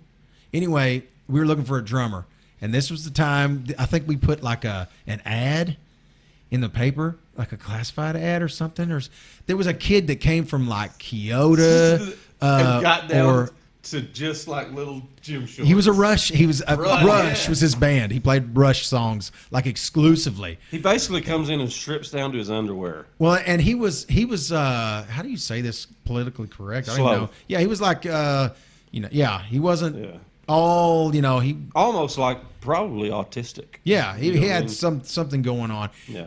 He had a really bad lisp, and he was very serious about playing drums, dude. Very. Very serious. Was he good? But he liked Yes, he was good. the only thing he brought with him was he brought a double bass pedal. Okay, and he couldn't say double bass pedal very well. So I would start. Being the guy that I was in those days, cool cat. I was like, whenever he would walk out of the room, I'd be like, "You hear this? He's got a double bass pedal, double bass pedal." You know what I mean? It's just, it's horrible now that I think about it. But I mean, it was one of those things. But I mean, he could play Tom Sawyer like the dude that plays for Rush. I don't know what that guy's name is, but I mean, I'm talking about he could tear it down. But he didn't know how to play any other way. You know what I mean? It was almost like This guy looks like a young George Costanza yeah. in underwear. Yes, dude. Yes. Playing the drums. So y'all were standing there and waiting on him to get What? to his spot on the drum set, right? Yeah, it takes And him like 5 minutes to set up his pedal because he can't play with a single kick drum. And then he took his clothes off. Yeah, to get ready. I don't remember when he did it. It's just all of a sudden. Were y'all Yeah. like He looking was at each other not like wearing anything. what's going on? Well, you got to understand at this time, of y'all course, were like, we're a hey man, serious we need a band. drummer, so Well, and we're trying to give this dude a shot. I mean, you don't know, especially if I'd have known what I know now, I'd have definitely been like, this guy's savant. I mean, is he about to take off and play, the best jazz drums you ever heard in your life? We don't know. So we're sitting there, and this dude takes off, and he's like warming up. You know what I mean? He's like, I mean, he's just tearing this, bam, bam, bam, hitting everything. Double bass, like, I mean, he's just going crazy. And, of course, we're like looking at each other, and all we can think is, this doesn't really go along with the style of music that we play. He's really good at what he's doing, Right. but it doesn't go, and he's not, he only has this one style, you know what I'm saying? I mean, he doesn't have it's either on or off, you know what I mean? I think his mom brought him. Yeah, his mother did Yeah, I bring didn't him. remember She that. sat outside and waited on him. I remember, dude, because it was like this really stereotypical thing that happened. You know what I mean? And we were all sitting there like, what the hell is happening? What are we witnessing right now? We didn't know how to take it in. You know what I mean? You don't know how to process something like that. this is not on video or camera either, right? No, okay, no. cool. None of this stuff. This is all just whatever me and Travis can remember. None of my life is on camera, and to this day. Yeah. Very much on purpose. I've never even had an email, ever. Huh? Never.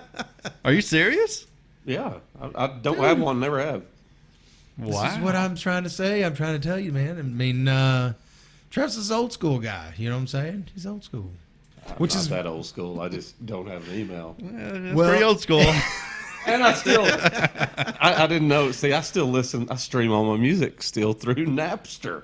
Do you really? Yes. I didn't even know that was doable. That's same. I was like, that's all it changed to like Rhapsody or something Yeah. for a few years, and then it went back to Napster. But like Dustin, played in the band, Yeah. guitar. We were talking about it, and he was like, I didn't even know that was still a thing since like the 90s. Yeah, I didn't. Yeah. But Well, I'm still on it. 99, 2000. It's like, I mean, I knew Metallica sued them and stuff, but I So you kept have- listening to them. You have a lot. Okay, so do you have your music on there? On Napster. No, ours is on everything else, but not on Napster. Is it on Spotify? Distribution- Yeah. Oh, Yeah, it's on like everything but Napster for some reason. I feel like most people now that tell us we can't find your stuff on Spotify, and I looked for yours and I couldn't find it. Really? Yeah. I haven't looked for it. I have, of course, I get a copy of every CD. Anything that Travis does, he'll usually burn an album. And So I get, all 19 albums are on Spotify.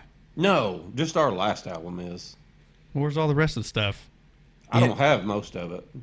He'd I more have- likely have I have way most more of stuff, it than yeah. anybody. Yeah, I'm the gatekeeper to So the old. if I need like an old song or something, like I like that one. I'd like to. I've got to call him. Hey, do you have this song? Yeah. I don't know what album it was He's on. the but- library. yeah. And most of the time I do. There's one album that I don't think I have that I don't think anybody has. Well, shouldn't this stuff be out? I mean, Nah, it wasn't any good. oh, but that's your opinion. To go back and listen to it, it's kind of cool thinking about us being I can there. listen to it now and enjoy the time of it. You know, what I mean, the music's terrible, the quality's terrible. You know, The quality Compared is pretty to bad. now, Yeah, you yeah. know. Well, it was old stuff. I mean, you got to think about what what we were playing on was just like older equipment. It wasn't, I think I mean, we recorded for 10 years on ADATs. Yeah. which is like a movie tape. You know, Yep. I Yeah. remember. with 3 of them chained together. You know, get 24 tracks out of it. wow. And I remember thinking at that time I was like, we are unlimited Yeah. on what we can do. I remember when Travis got it, and I didn't even know what it was. I'd never even heard of ADAT before. And he's like, okay, well, we got, if I do this, this, and this, and he had a cabinet built with it in there, and he's like, "Now, we got 24 tracks. I was like, holy shit, what are we going to put on 24 tracks? So we're like making these songs up, and we're like, one track's going to be going. I mean, it was like bury you it. had to use all 24 when we got them. You had that. You had the ability. You got to throw something on there, yeah, and it'd be buried. It was like like a change in a pocket or something like that. You know what I mean? Wasting time. That's Yeah. what we Right. did is waste A time. lot. That's what I tell people all the time when somebody gives me a compliment about playing music. I'm like, yeah, if for as much time as I spent doing it, I should at least be decent. Years of my I life. think you should put that stuff out though, even though you may not like it and it may not be the greatest quality or whatever. But come on, I could dig it. I could dig a lot of it up and put it out there where people could probably find it and listen to it. Yeah. Well, let me hear it first. right? No, don't do that because this is like this reminds me of like Prince's vault. When he died, There's a ton of stuff Travis wouldn't even let me put out. You know what I'm saying? He would be like, no. That's what I'm saying. No. He's gonna keep telling you no on everything. He's Yeah. like, no, that's not very good. And That's not very good. there's some stuff that is going to sound really dated, because of course, if you're influenced by things that are going on and that kind of thing, music at that time, so it's going to sound, you're going to be able to go, dude, that sounds like late 90s because that's all you had. It was like Right. that. Well, yeah, you don't have anything newer than that, so it's either that or the 70s is all we had. Yeah, but that kind of music is timeless. Yeah, Travis wrote plenty That of stuff can things. come out today and it would sound like it was, There's plenty of things that could, to me, New. would be well received by people if it was better quality. Like Travis is saying, some of the old pedals we were using, a lot of the equipment we were using was old, or it was like a really cheap version. Yeah, it of wasn't something. wasn't vintage cool equipment. It was Yeah, junky old equipment. yeah. So is some of this like cover music? Not very much, man. Yeah. It was mostly Oh, we always man. Travis wrote a lot of this stuff, man. I mean, that's what I I don't say. remember ever recording a cover until like Well, I started giving you a lot of that one that was the first album right before me and you wrote some songs together it would have been this time because like Traveling Band and you wrote Oh Lord, man! Don't say I. Now wrote this is a anything. set list. Yeah. I gave this set list to Travis. What Will Always Be. We wrote that one together. It was That's that right. album. I forgot about that. Yeah. So this was is that the name of the album? What Will Always Be? yeah. Yeah. It would have been the album before that. It was the first time I'd ever recorded a cover. Yeah. That's right. So this is a set list of all the songs that you have. No. written. No, this a set list we were playing live. Oh, Just me and him on acoustics. Yeah, Travis and I played. We played once or twice. Did we just play once at Blue Mist? I played. Probably because the guy came out and handed us change, paid us Yeah. like in a handful of change, and acted. I mean, we literally played that many songs, Yeah. and he like came out with 2 handfuls of change and said, "Here you go, boys." Yeah, that's it. It's like, Yeah. Hey, and I you're- played there probably. You're expecting to get paid, right? Well, he told me. You're hoping. yeah, I mean, I was a little told bit. we were getting paid. Yeah. yeah. I don't remember if we had agreed on anything or not, but Evidently not. there was supposed to be money involved. Well, you and know? at that time we were real. How would you say it? We kind of were all about the music. You know what I mean? We're Right. like, well, even if we don't get paid, we want to get going and play some music. So Well, I mean, I understand. it was. But you want to get. We paid were as we were well. artists by God. You Right. know what I mean? We had We had probably not played together in 4 or 5 years though. About the time all that stuff was done. yeah. Cause see, I mean, we probably quit and got back together and recorded that album. Yeah. Whenever that was, I don't remember what year it yeah. had been. To let anybody who's watching the video and anybody's listening, there's a set list here that I found in some of my old music equipment here a while back. That's 20 years old probably, with a bunch of songs that neither one of us had thought about in forever, and some covers and stuff like that. That is a pretty cool little vintage thing that I'd probably like to get like framed or something like that. We'll take a picture of it and put it. I'm on. pretty sure it was set list for that night at the Blue. That's what it was. Yeah. I know it was. You know, and it got stuck in my guitar case because that's where we were. I just threw it down, never looked at it again. You know, didn't. And I've probably seen it and not thought about it. You know, for years and years, and then that one day it was just like, what is this? And I was like, oh my gosh, man! And you wrote it up in like 10 minutes or something like that. I remember we were talking about what we were going to play. You were, I think Devils and Dust by Bruce Springsteen's on here. Yeah. Now I remember, Now you played all of that in one night. dude, we could sit down and play 5 of these in one night at one time. I'm just saying, and you got a handful of change. You got some change. He brought you some change out. Dude. Yeah. Hey, you had to, if you didn't watch it, they'd start the jukebox up while you were playing. You know what I mean? You'd literally take a break there, and Copperhead Road or something would come on, be playing during your break. You'd walk back up there, and somebody would yell, "Play Copperhead Road." Yeah, it's happened You're many like- times. You just played it on the jukebox not 2 minutes ago. Is that what you say? We won't do it as good as he just did it on that jukebox. Would you play it anyways or no? Oh, well, It's probably in the set list. well, see, I think it is on there actually. It is right there. Okay. We still play it. Yeah. It's still. I mean, we closed some shows with it, and I put it on my YouTube channel. everybody It's a comes go-to. out did. and line dances to it. You know, Yeah. at the end of the night. I mean, we probably don't close the show with it, but it's right there towards the end. So I saw that We you. rock it. You know, it's a rock and roll version of it. I saw that you have a YouTube channel, but you have like 2 songs on it.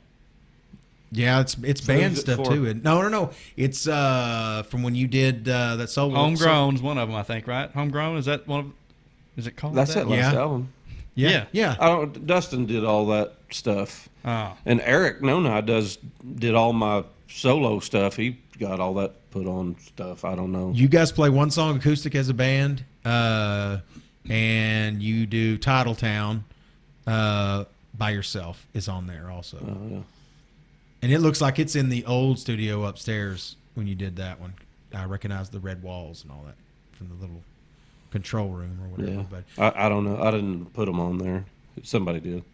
yeah, that's like, you know, you gotta. He really is old school.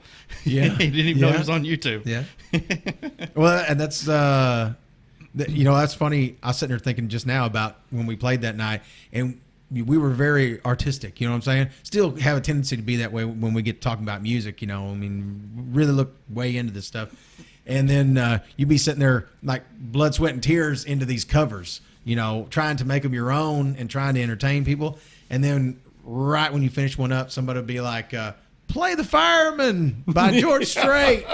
You know what I mean? You're like, we're not a jukebox, people. You know, we don't take requests.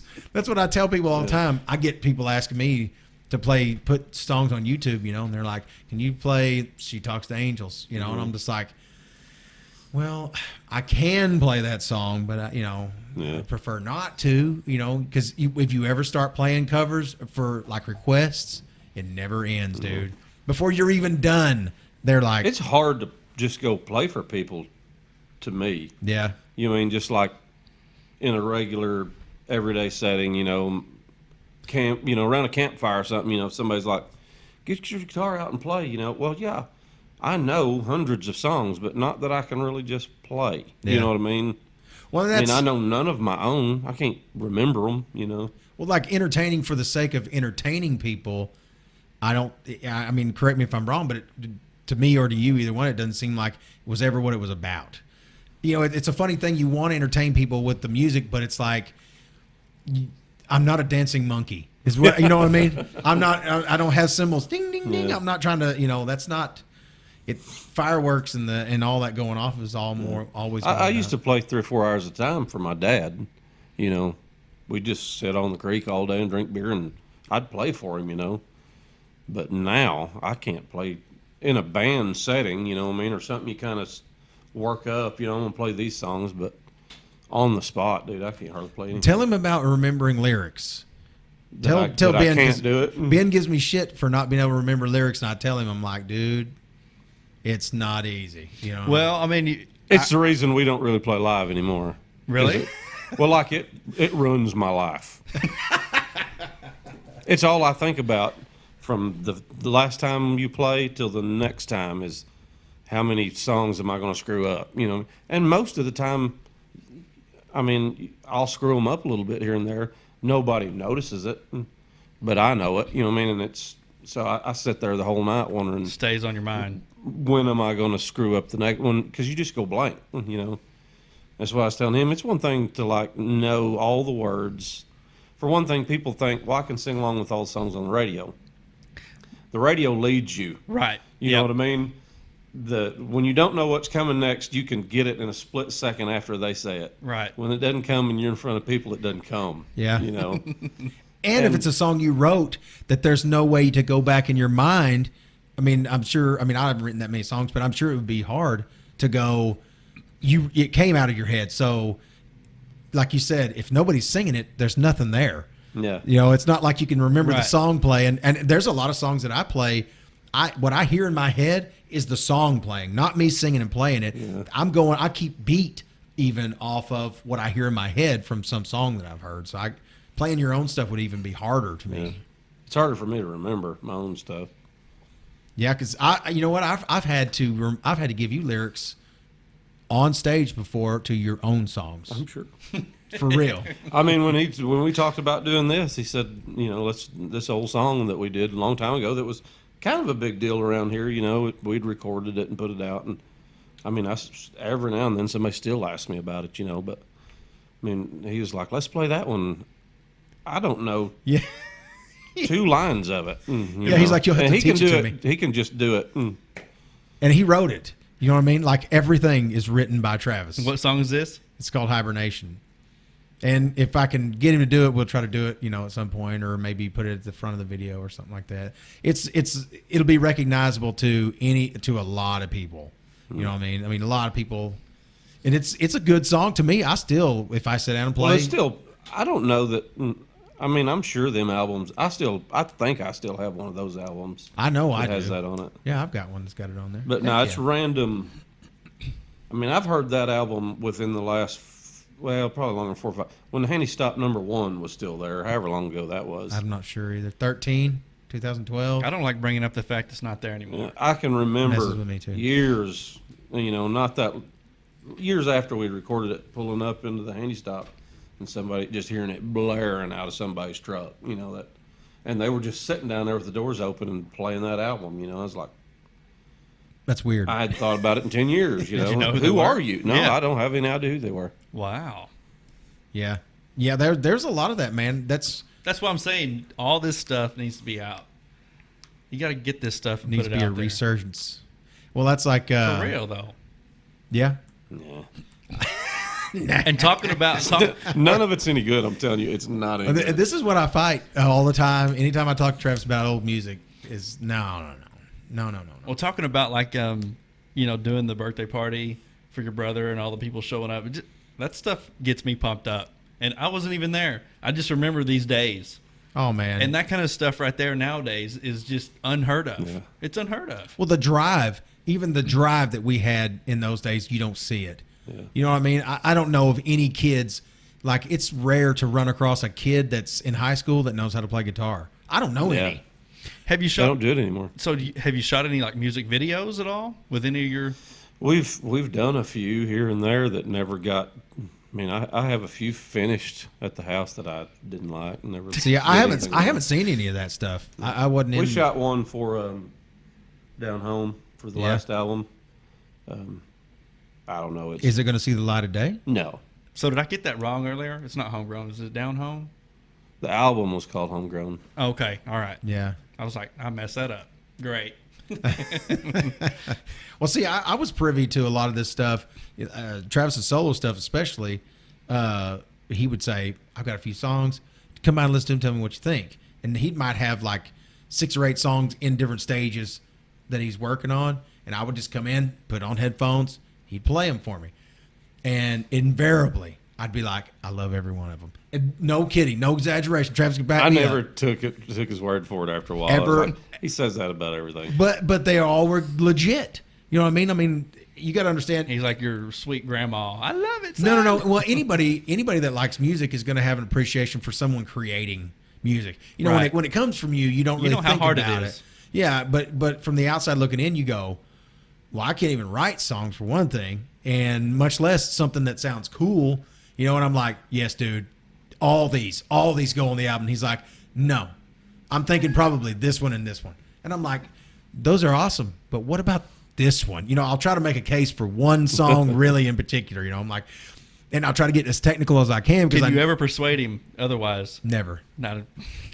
Next thing I know, I'll be like, I know a lot of those songs you're talking about. I don't even like keep them. Like that's what I'm saying. delete them. Really? You know what I mean? Because it's like if I don't delete it, I'll be jacking with it, trying to make it better, and it's not any good. So I just get rid of it. it's You just gone. got to put it out there. I hate my voice. I I'm hate sure mine. everybody else does too. I'll never listen to what we're doing here. Really? I cannot. But in this setting, See, I'm conceited I enough. hate I'll it. watch it 900 times. I mean, I love doing this. This is fun to me. Yeah. But I do not like my voice That's at why all. I don't want to hear myself. And I don't you know? like my nose, you know, and Oh, my Lord. nose is Here we pointy. go. And so I I want to be this way, but then I'm, real ugly so everybody can see my whole face. So it's like, I've probably been a terrible guest. I've had my back turned the whole time. Nah, I wouldn't. no, I didn't even. it's looking good. I But I'm just saying, I came to that point, I was like, I just got to do it. Yeah. Just got to put I myself hate to out hear there. myself talk. Do you hate to hear your, I mean, you hate to hear you I'm- sing? Yes, I don't like that either. But it's, I don't know. It's, We could have been best friends this whole time. I'm better at listening to that than I am. what you got to Yourself I'm not understand. used to hearing yourself talk. I'm Right. not. You got to know No, I'm something not about. Here's another thing about Travis that a lot of people don't. I mean, I say they don't know. He doesn't. Okay, Travis he can be a very technical singer. Mm-hmm. You know what I'm saying? Like he has a side of his voice that actually he has really good control of, but he doesn't like to sing that way. He doesn't like to hear himself sing that way. He doesn't write songs to sing that way. He likes Okay. and the music that he'll pick, like if he goes, dude, listen, I've been listening to this, listen to it. Every time it'll be like the trashiest vocal that you can ever, people that sing the worst he likes to hear. You know what I'm saying? It's like, I love Tom Petty, Bob Dylan. Yeah. Probably But- makes me feel better. I'm like, I can't be any worse than those well, guys. I'm trying to think of somebody that you had me listen to one time, and I was just like, dude, this guy's vocal is hard to listen to. And Travis is like, I love his vocal. I'm like, oh my gosh, man. I'm like, am I listening to the fiddle in this song? What am I Not listening like John to? Prine or something. I don't even know. And I even got to where I like. And now my appreciation's grown for people like John Yeah. Prine and that kind of thing as I've gotten older. When I was young, it was all about prettier the better for me. I mean, I even get into like Gavin DeGraw and that kind of thing where people are, really poppy and really a lot of acrobatics in their vocal and that kind of thing. Whereas Travis is repulsed by that kind of music. I'll be like, dude, listen to this. It changed my life. And he'll go, this is trash. You know what I mean? Because I don't say anything. Right. I mean, you don't have to sing very good to me if you're saying something. Yeah. Yeah. Content. That's and why lyrics. that's why I'm doing a Guy Clark trip. Do you know who Guy Clark is? No. I do. Not very many people are going to. When you said his name earlier, is it a guy's name, right? Yeah, he's a Yeah. songwriter, man. Okay. He's And when- dead. He died 2 or 3 years When you ago. said Say his not name long earlier, ago. I was Yeah. thinking I'm gonna have to Google this later so I can, I mean, he's probably wrote songs that you've probably heard. And influenced everybody you've Yeah. ever heard. like I mean, it's like I've never probably played music in the style of Guy Clark, but I've listened to him even when I was like into, like grunge. I still liked Guy Clark because of the way he wrote lyrics, and I finally decided, nobody's probably influenced my lyric style more than him. So I thought I'm just gonna. Nobody knows who he is, and I'm gonna get buddies to come in. We'll do a whole album of Guy Clark songs, and at least I can give it away, and my buddies will know who he is. so it'll be his songs that he wrote. Yes. Yeah, big covers. Like what hits. kind of songs did he what songs did he write? Some of his big ones. I'm trying to Like remember. like Desperados Waiting for a Train. You probably heard like Okay. the Highwaymen version. Yeah. Have you ever heard that song? Somebody else does it too. That's pretty big. That does that same song, and I can't think of who it was. The dude that does "Pissing in the Wind," he did a lot of Guy Clark songs. Who does Desperados Waiting for a Train? I know Steve Earle does a version of it. I've heard him do it. Yeah. Uh, Well, him and Guy Clark lived together for a long time. See, I didn't know that. Yeah. I didn't know that at Yeah, all. him. They had a house in Nashville that it was Guy Clark's house. I did know Yeah. this. There's a video of them sitting around like a table. Heart-worn highways. Yeah. Yes, dude. Steve Earle, Rodney Crowell. Yeah. Who else is sitting at that? Somebody else that I knew. I mean why did I just go blank? I love Rodney. I- Crowell. Towns Van Zandt. Yes, dude. They're kind of obscure to people that don't write songs. I don't write songs, but through Travis, I got to know a lot of stuff like this. So you kind of follow that rabbit down the hole, and you run into these people. They influence some of the, people that I count as incredible songwriters. You're like, this guy likes this guy, so who is this guy? And you'll listen, and then you listen to this and this, and it backs up to guys like that. And then That's see, my kids, they finally started getting into. Like I'm taking my middle son Kason to his first concert this month to see Jason Isbell. Oh, cool. I'm like him, and then Tanner loves Tyler Childers. And anyway, they get to talking about him, and I give them the lineage. Yeah, where this What he is because of this guy, and then that guy. All the way, and then it's like everybody goes back to about 5 guys. Right. Yeah. I mean, Towns Van Zandt being a giant, huge Yeah. influence on a lot of people too. I Yeah. mean, like Guy Clark, same thing of just. And have you ever heard of Towns Van Zandt? Of course. You have heard of him? Okay. Yes. Well, see, there's I'm not a huge Towns Van Zandt fan. He's got like 3 songs I like. I But like. he's a monster. You know what I mean? In the world of Yeah. songwriting. Well, like you back up on anything like Steve Earle, dude. He's Yeah, he followed Thing- Towns Van Zandt to Nashville. That's where he met. Yeah, He met guys. in interviews he's always mentioning him, and it's like where these guys come from. And I count, even though I don't particularly care for Steve Earle's politics, let's say, but like his songwriting ability and those kind of things like that, I'm very taken with his style and his way of delivery. It's like we catch a lot of shit over Pearl Jam, and a lot of the influence, not musically so much as lyrically, for me, that's where my interest in Pearl Jam came from. Yeah. And you don't hear a lot of people, they always think of Alive, and they always think of Jeremy was, it's so commercialized that you don't think about the content of that song, the way it's written. Yeah. And there's a million other, I say a million, a lot of other songs in their albums since, and they, again, their politics turns people off and that kind of thing like that. But musically or lyrically, that kind of stuff is like, it's cream of the crop in my mind. You know what I mean? Even though I wouldn't recommend that album to someone. I wouldn't say, listen to Pearl Jam's latest album or anything like that. But you go back and you pay attention to some of the things that were written in their middle albums, after verses and that kind of thing like that. And you start finding, if you're a lyrical person, and a lot of people aren't, Travis definitely is. I am. I kind of started picking it up from you. And there's a lot of, you realize how much you don't know about writing a song or having a train of thought when you hear these guys. You're like they'll have 4 or 5 what I would count as epiphanies, if I could think of things on that level in one song. You know what I mean? You're like, holy shit. This guy's, I would have saved that. You know what I mean? I'd have been like, I'm going to use this idea for this song. For the next song. And I'll use that idea for the next song. Yeah. And this dude says like 4 things in it that you're just like, Bob Dylan's another guy. He's somebody that's almost like, I've been recently watching some old interviews of him, and he's like, when he was young, he didn't give a damn about the prestige. He was using it to get to do his thing, but in interviews, he's like almost like a jerk. I think say it's that part of his whole stick persona or whatever. Yeah, but they would ask him questions. They're like, "So who is Bob Dylan?" He's like, "Well, who's Bob Dylan to you?" Because they're trying to get him to get deep, and he almost wouldn't. But the way that he says these things, you know what I mean? You're just like, damn. That's why Woody Guthrie and all these dudes, you start talking about lyricists and these people, you back up to these guys that started all these things. Understanding influences like I was listening to Highway to Hell. Okay, I've been hung up on that song for the last 2 weeks. If anybody's Snapchatted me, they've seen at least one Snapchat of me singing I Highway heard to it Hell. about 13 times Saturday because we were at a softball tournament and the team on the other field played it between every inning of every game they played that day. We had a softball tournament yesterday. We had another team play it. Well, okay. Well, this is going to sound kind of like a weird segue, but like I was sitting there listening to it the other day, and what's got me listening to it over and over again is the lead in it is a Chuck Berry ripoff. Yeah. And I got to A lot of Angus Young stuff. I got to 42 years old before it clicked.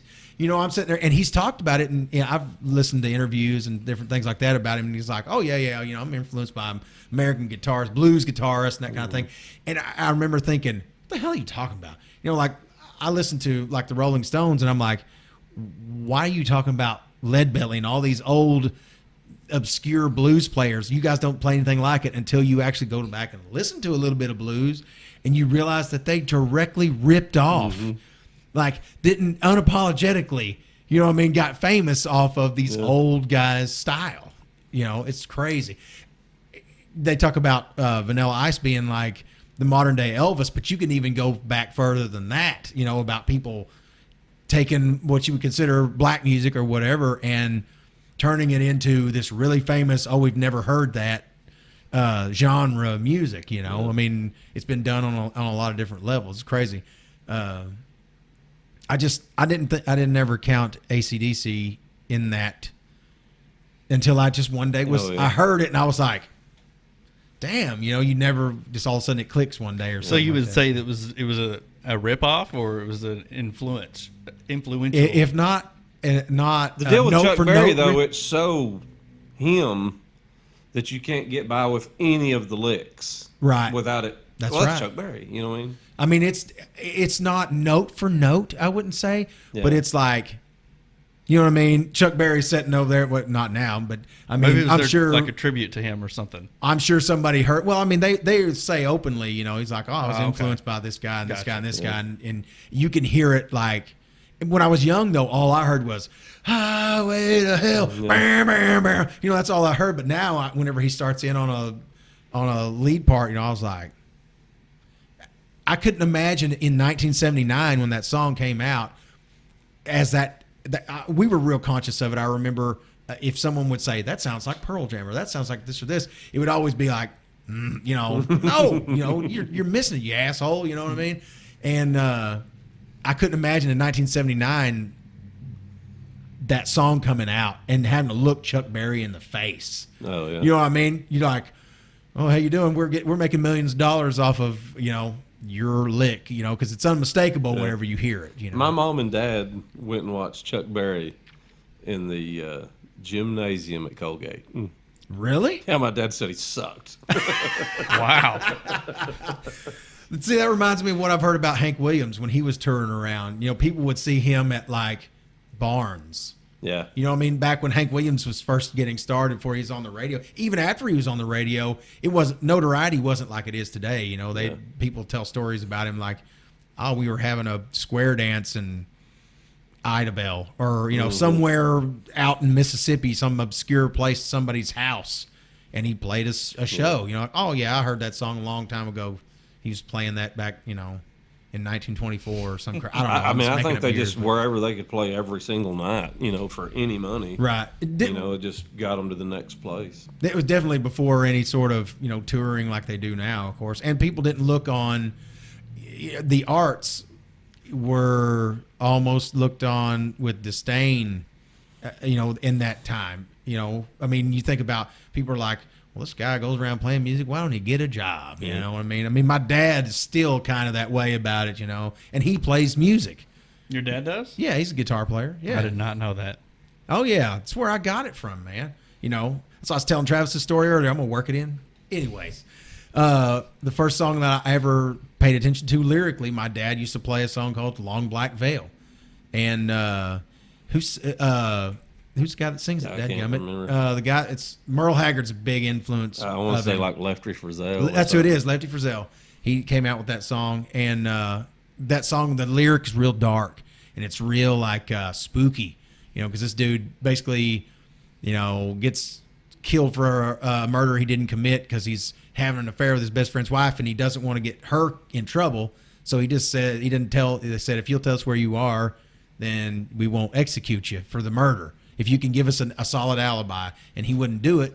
He didn't want to give up the woman so they executed him, and now she walks his grave in a long black veil. She visits my grave when the night winds wail and all that. And it's like, dude, it was like, if anything ever started music in my life, it was that song. And that's what your dad used to sing? Yeah. He would sing and play the guitar? Yeah, at camp. You know what I mean? We'd be out camping, and I'm like 5, and he's drinking cold beer. You know what I'm saying? And playing music. This is when I was really young, And I was just like, dude, from that, I was just enthralled by it. You know what I mean? That's where my music came from. Oh, yeah, it's like a really famous old country song, or whatever. But I think like Johnny Cash is. I mean, Dave Matthews has done it. Yeah, a bunch of people have covered it. Yeah, yeah. It's another one of those I really can't well remember written. who did the original version I heard, but to me it was still the best version, and I don't remember who it Lefty was. Frizzell was who came out with it. Of course, my dad was the first person I ever heard sing it. But whenever I started looking it up, I think I heard Merle Haggard do it. Because he does. I've never heard Merle Haggard do it. Dude, he can do or could do like a Lefty Frizzell impersonation that was, you couldn't tell the difference. He could do he could impersonate everybody, Merle Haggard could. But I can't remember who did the first version. So when you guys do this, Guy Clark, is it going to be an album? Yeah. You're going to put it out? Yeah. Are you going to do a lot of songs? Are you going to put it out? Yeah. He will. That dude. I mean, I already got I'm working on it. Really? I mean, So that's the next album coming out for the I don't Deadweight? know which one it will be. Like I say, I got. Are you doing got it? 4 going right now. Oh, wow. It's not a band album though, right? It's No, just you. Oh, okay. It'll mainly be acoustic. Probably half of them just be me and one guitar. Or a little bit of stuff added in. I mean, I can remember, and the song.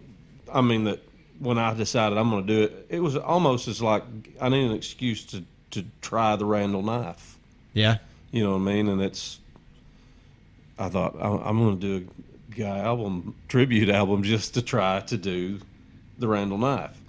And I've recorded it 3 times so far, and I don't have it. That's a tough one, dude. It's real tough. I mean, that's a hard one, to get that feel. Dude, look it up. It's a really Definitely going to. There is not a word of it sang. It is all spoken. I seriously thought about playing that be the song I played on this, but it's really hard to get through. Man, it's a funny thing. It's a personal song to me. I'll keep bringing this back, but my dad told me a story. Okay, basically what happens in this.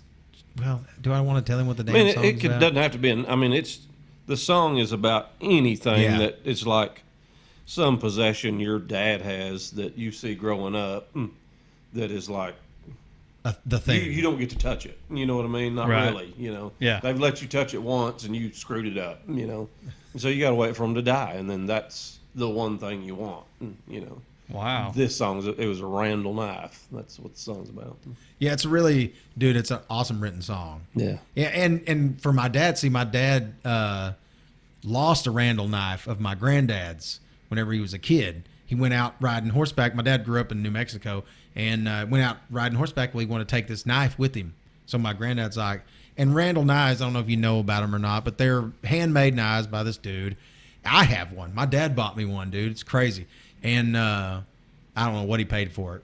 I mean, he's like, don't worry about it. Because I was like, he bought me and my brother both one. I was like, what did you pay for this? He's like, don't worry about it.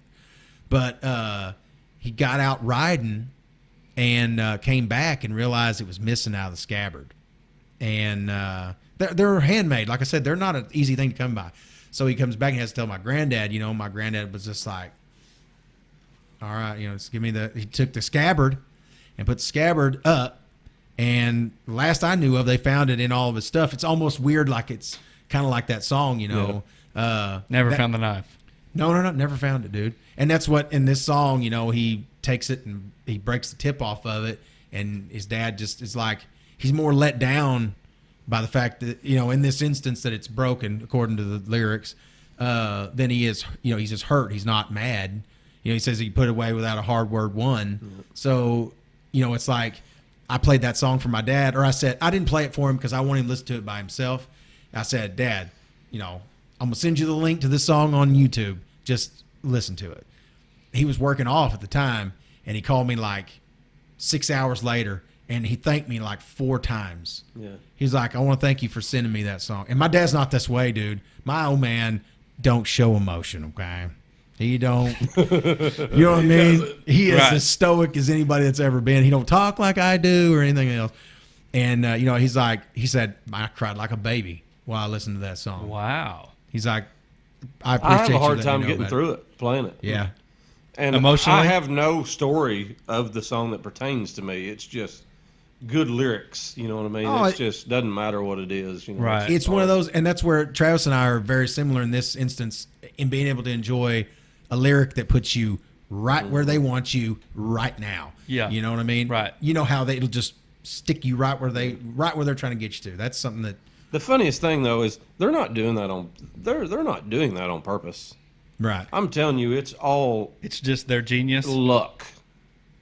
It's like, I wouldn't say all luck, but I swear, I've read a Guy Clark his book, and they do get into a little bit of the song, you know, the story behind some of his lyrics, and it was kind of like, you know, you throw them out there, and then if it's not quite right, you may work on it a little while, but I don't think most of the time they know what they're about until they're over, you know. Yeah. Wow. Like Stephen King, I've always heard that about him. He's like, I don't even know what's going to happen at the end of my books. They write themselves. You know, it's kind of. I mean, maybe it's different for people that really know what they're doing, but for me, a lot of times I don't know anything about it till I get through like a verse and a chorus, and then I'm like, this must be what it's about. I better make the next verse tied to that. You know? Yeah. Sometimes I still don't know. That's a curious But thing. that'll be the ones that people come up and like, oh, I can't believe what you said right there. You know, it's like, just rhyming 2 words. You know? Yeah. That's a funny There's a thing about lot it. of that. You Yeah. know, it's Really? just rhyming. Yeah, that's like I watched a interview with Paul McCartney, and they were talking to him about all these hits that he wrote or whatever, and a lot of them. I mean, he can tell you stories about whether this came from that or this came from that, but they want to believe that it came from some really ultra personal place, you know. And he's just like, no, you know, like Father McKenzie. I'll give you a good example. In what's the name of that song? It's a Beatles song that he wrote. Oh my God! Anyway, it was Father McCartney when he wrote the original song, and he was like, I can't use my own name and it doesn't do right. And like John Lennon, he bounced it off John Lennon, and he's like, let's look at something different. So they get out the phone book, flip the phone book open, stick his name on McCartney, start drawing his finger down to the first one he came to after McCartney, and it was Mackenzie. So it's Father Mackenzie. Yeah. You know what I mean? It was that simple. It was just needed something different. This is what it is. And then people start trying to do things like draw these. Eleanor Rigby is the name of the song. Okay, he made the name up. Okay, made it up. But there's somebody in John Lennon's hometown that was buried in a cemetery out there. Her name's Eleanor Rigby, and they assume that he wrote the song about her. And he's like, I didn't even know that she existed till after the song was out. You know, no, I had no idea. You know, and people are trying to draw these conclusions about it. It's pretty crazy. Have you ever written any ultra personal songs? I mean, there'd be little pieces here and there in songs about other things, probably. But no complete song about. No, not really. I write more about like characters. You know what I mean? I just see somebody I don't know. I mean, it's weird, but when I see people that, and there's no, I guess, criteria for what makes them look interesting to me, but like it's always, I wonder what they do when they go home. You know what I mean? And then I just kind of run with it. You know? Wow. I did not know that either. He's come up with some crazy stories, you know, about some character he just made up, you know, and it just follow a story. And he's got Well, like the song Ho Chi Town. That to me, that's that's a local town here in southeast Oklahoma. But it's a really cool story. That's like, I mean, of course, I've never read anything in the newspaper about anything like that, but I mean, that's something that that's one of his songs that I think is like. Well, I had an idea for a screenplay. That song was like almost like the idea for the screenplay. You know what I mean? A little mini version of it. But Now, is this the movie you guys were going to come out with? No. that one is done. Yeah. Did you finish the script on it? Yeah. You finished it? Okay. So what's next on it? I don't nothing. Well, that's what. Okay, to back up, I want to talk about this. Okay, because this was We started filming one before that. We different one. Yes. We scouted locations. Remember, we drove around, looked for locations. And that one is done. Right? No, he's probably fixing to tell you, but we Okay. shot like, some scenes for it. Yeah. A couple days worth, and then it snowed. It was like in the fall. No, it was kind of in the winter, I guess. So we have all this stuff shot, and then it comes in and snows, and we're like, okay, we'll wait for it to melt off because, we can't have all this snow. We can't recreate snow. Well, We're on a you're budget. You're not filming it in order, you know what I mean? So we can't jump back and forth. Right. Well, it's like snow stays on the ground for like 4 weeks, and when it melts off, That's unheard of now. grass is green. Yeah. Remember, everything we'd shot, the grass is dead and brown. Snow melts off. Everything is as green as it is right now. You know what I mean? We're like, and it's just like it was too much we couldn't get over it. Yeah. We just never started it again. So we started writing another one. Well, that one, we talked to local people around Wilburton about playing in it. Like, we talked to Sean Saxon. We had meetings like this with him. You know what I mean? Which, for me and Travis, we had been talking about it so much we weren't we're like, of course we're writing a movie. Yeah. Literally. At that, you think, how ridiculous But must we have looked? But at the time, though, we were just like, well, yeah, we're writing a movie. And then, I don't think so. Now, this was in, what year would this have been? Oh, gosh, man, several years ago. This isn't... There again, man, this is before YouTube. Yeah. There was no... we were doing things that were, in our area for sure, unheard of. Because when you would go to these people and talk to them, you would get this like, what? Like Sean Sexton was the type of guy, just, typical cowboy guy, kind of quiet, reserved, had no interest in doing anything extravagant or anything like that. Nice, really nice guy to talk to. And you go, hey, and then man, you guys approach him. Well, we're like, okay, we're trying to pitch this idea to him because we want him to star in the movie. We don't know anybody. No. We're not going to be in it. we're thinking he's the most authentic. Yeah, we don't cowboy. We don't look enough like one. You know what I mean, to be the guy. And so we've got this idea, though, and this vision. And when you start laying it out to this guy, and all of a sudden he's kind of into it. He's like, well, what, he wants to know details, because nobody wants to look like an idiot, Well, Right. it's a story where you're a gay cowboy and you got to kiss this guy, and here's the guy you're going to kiss, On the mountain. Well, and that's what I'm sure. Well, that wasn't even around then, but I'm sure people are like, okay, well, I'll give you a quick example. We call up Stephanie Baisden, or Stephanie Ingram now. Mm-hmm. She was Stephanie Ingram by then also. Not to throw any names out there, but we wanted her to be the wife in the movie. We were thinking of just people that we knew that the we best could use, character that we could cast in this movie. Dude, that's how serious. We had this vision. Or the best person for the character. Yeah. Yes, right. So knowing, how people are in this area, I can't speak for people in other areas of the world, but in this part of the world, you don't want to go proposition a man's wife about anything till you talk to her husband. So I just cold call. I just call Doc Ingram up, on the phone, and I go, hey, we're talking about, we want to see if your wife would be interested in being in a movie. And the first thing he says is, what kind of movie?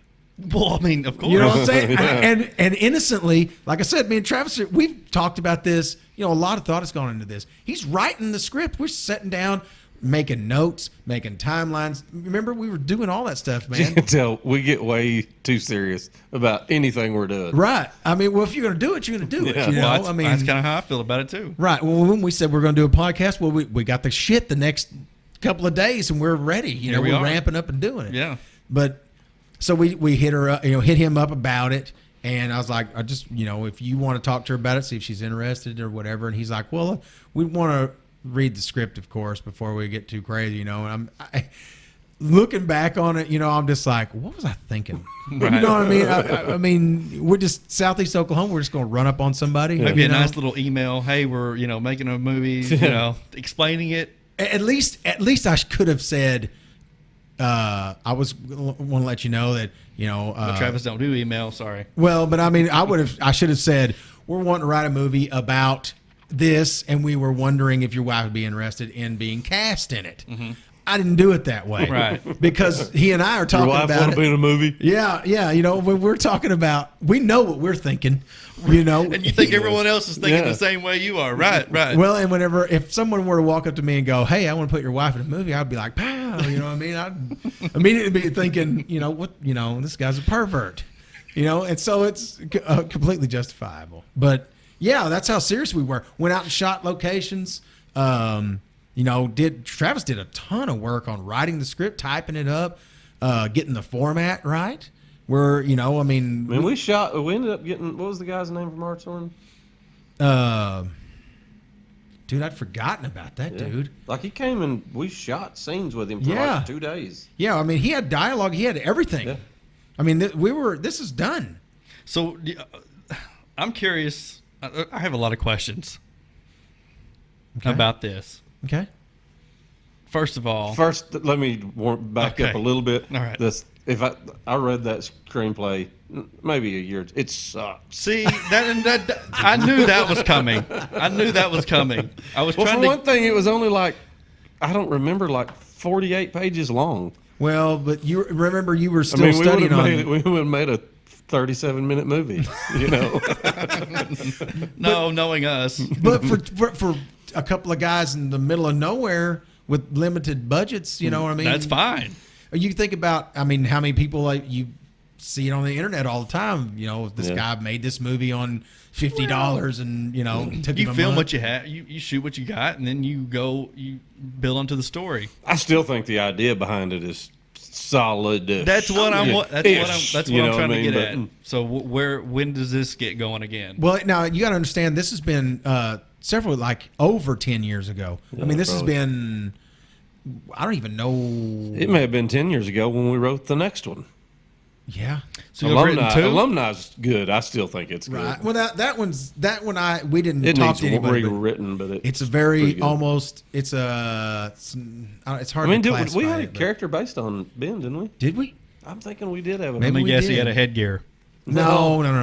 I don't remember. This is if we start laying it out for you, it surely is, not. It was just like we were talking about. Now, if we film this, who do we know that can play these people? And you were one of them, and I can't remember what character it was.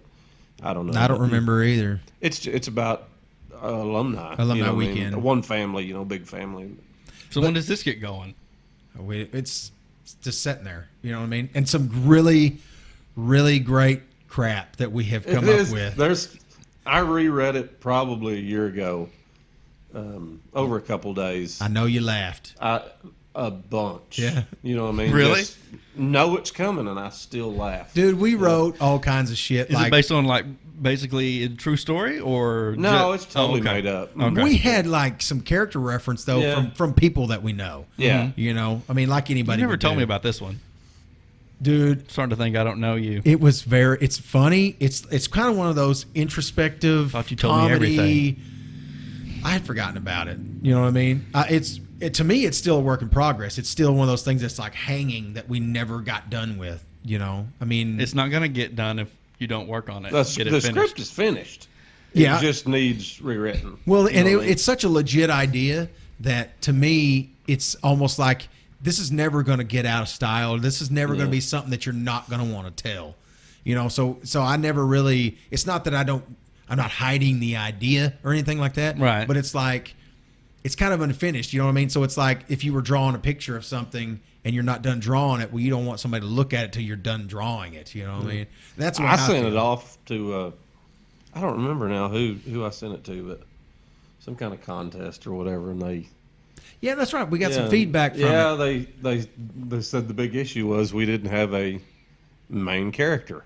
I mean, that was the issue. Yeah, and there's 100 It's movies out it's there. like, I know it's like, well, there's 8 people in the family. You know, I mean, you have to cover them all. And I thought about it. There's just no way to write it that way. You know, and see, that's to me, it's the best thing about it is that dynamic, that way that it's not necessarily like other things. You know what I mean? It's not so obscure you can't follow it. It's the other way around.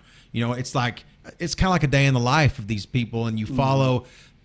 I mean, the idea is, Alumni Weekend. Well, these people basically go. You follow them through their weekend. You know what I mean? And the various things that kind of go on for 2 days in small town, middle of nowhere, Oklahoma. Mm-hmm. And but it's written almost like in a Wes Anderson style. Yeah. I mean, just right. a bunch of characters just jumping back and forth. Dude, and funny, like real life is funny situations, things. You got guys that are has been jocks that get into situations. You got guys that are really great athletes in high school that people still have these expectations for. A lot of those those type of things that in your life already are in this. Because we basically wrote it about, kind of had things in mind. I mean, we took like the exaggeration of people's character that we knew. Oh yeah, you know what yeah. I mean? And then just. Yeah, it's like little things about people, but you make it. It's like a caricature. When someone draws a caricature, they always pick some feature about you and then grossly exaggerate it. Right. This is that kind of movie. And it's not even necessarily a comedy per se. I mean, it's almost like it has really funny stuff in it, but There's got some dramatic. Yeah, it's not a romantic comedy or anything either. It's just kind of, dude. I'll see if Travis. I think I have it. I think you emailed me a copy of it. I'll see if. Didn't email you no copy. I thought you did. I was fixing to say he didn't email you a copy. He don't have email. Yeah, but I think Sherry sent it to me. Oh, maybe. I have the script. I think it's in my taxidermy shop. I'll look at my email and see if it's there, because I think I've got it. Yeah, because I know I do, because it's on an Android phone at my house. That's I've still saved got on it's it. on the computer that I record onto. Oh yeah, dude, it's really funny. It's a really, to me, well thought out, and Travis thinks about this stuff music first. You know what I'm saying? Right. So he's got these very specific scenes, very specific music, and when you start, like, he would play me the music while he was talking about it, and it's like, holy shit! You know what I mean? You were going to play the music. Well, it was like a style of music, you know what I Right. mean, that he wants to set this scene in, Pretty cool. Really cool, actually. And then he lets me in on it. So when I'm there is for the slapstick dumb shit, you know what I mean? Where I'm like, what if, this guy's got to pay his wife child support, but how about he pays her in change? Like he pays her $600 in change, and that kind of shit. So we wrote a whole scene On that. where the guy is at he's at a car wash. Yeah. With pillow sacks. Yeah, he's getting change, dude. Yeah, filling up takes him into his ex-wife, just. Yeah, see, you know what I mean? It's child support, bitch. Yeah, that kind of shit. And this guy's he's a really overzealous jock, and his kids are like that too, like O'Doul's type, that type of shit where they're just over the top macho. So when does this get going? What do you mean? Like, when's it going to be finished? When's it going to be ready to go? When are you guys going to start working on it again and get it finished Probably or whatever? never. See, it's kind of, you can't do that. it's very, dude, it's getting easier for that kind of stuff to happen. But when we were younger, dude, there was no exposure. There was no, how do you get financing? You got to know somebody, We didn't think in any terms of that, though. That's true. It was like now, if I thought, well, let's shoot that movie, I would immediately go, can't be done here. Yeah. There's nobody that can do it. We don't know how to do it. But back then, it was like, that never crossed our minds. It was just, let's write it and shoot it. We'll find the people right here. Well, and what's funny is we wrote that stuff for ourselves. If you think about it, I never had people in mind. As far as an audience goes, I wasn't sitting there going, dude, people from Wilburton are going to love this. It was always like, wouldn't it be hilarious? You know what I mean? We would be sitting there going, this would be so funny. We'd be sitting there laughing about it. And that basically, if we would ever made it, we probably would have never shown it to anybody. Yeah. We'd just play the damn movie and watch it and laugh. You know what I mean? Never would get further than that. So when you guys shot the first movie or shot those scenes, what equipment did you use? Well, Did you hire some? backstory on ever even writing a script was, we get this, and I don't remember what it was now, but at the time it was like they had shot some movies on it, and at the time that I had it, I could have told you what movies it was, kind of low budget. Yeah. Like Jason Statham had shot some of the movies he had been in was That's right. shot on- Transporter. Yeah, they had shot it on these. I don't remember what they Same are now. camera. It's like a Blackmagic? shoulder mount. Like a Blackmagic camera? I don't remember what brand it is now, man. I don't either. It looked legit. Yeah. Like whenever So- he got it, I was like, oh my God. It's not mine. You rented was- it, or No, it was my wife's parents had bought it to make Oh. some home health commercials. Oh, okay. You know, they had hired some people to come in and make these commercials, and that was the camera they had for it, and so they weren't using it anymore. So Right. kind of like the speakers, I took it home. And It was awesome. Yeah, I tried. Asked them. Over the years, yeah, y'all need it? Nah, we don't need it. But So you still have it? anyway, so I've got this camera, and I'm like, they've shot movies on this. Let's do one. You know what I Right, mean? yeah. That's- Yeah. So we just started writing one. I mean, we didn't think things through. And the why, it's a funny thing, all the stuff we sit here talking about, what the stuff we've done, and the why is hard to come up with. To say why did you do it or what were you trying to accomplish? It was just more the thing. It Creative wasn't. people? Yeah, and when you tell Creativity. people, tell people this though, they were like, "Why are you doing it?" Every time it was always why. I'm like, well, hell, I don't know why. Yeah, why not? We're just doing it. Why not? you know? Exactly.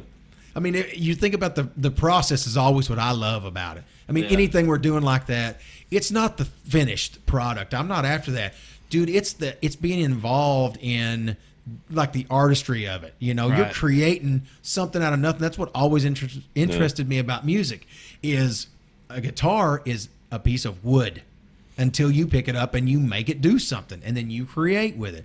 So the same thing with that movie camera. That thing was sitting probably in somebody's closet doing nothing. So why not use it to do something? Why not make something with it? So that Well, was Yeah. I've never asked you that question no, but I mean I've had plenty of people. because I've made a lot of movies. Well, your movies are a little bit. They're not. Travis needs to come over and watch them at some point. I don't know if you'll have an appreciation for them. You don't think you will? Okay. I don't know. Well, All right. okay, a good example is the Bigfoot movie. With Josh, like Yeah. I was talking to you earlier about. Have you seen that? Yeah, it's funny. Okay, Okay, that is a very shining example That's of the only. what that's, he's talking about. Well, that's the only one we could put on YouTube. Oh yeah. oh, they're I mean, I could Very put the rest funny. of them on there, but they're really funny. I mean, like when you see people doing some of these Yeah. things and saying some of these things, man, Yeah. you will laugh until you puke. so he will appreciate it then. yeah, the more I'm thinking Probably, about yeah. it, well, I just think, I love the process of all that. Yeah. It was a. Writing it, filming it, recording it, whatever There was it is. no hold writing. on, these are improv These are- videos. Yes, I've seen them. Yeah. I mean, this is like they don't even think. They just say, "We're doing a Bigfoot sighting. This Go. guy's going to be interviewed. This guy's interviewing. You're holding the camera. Let's do it."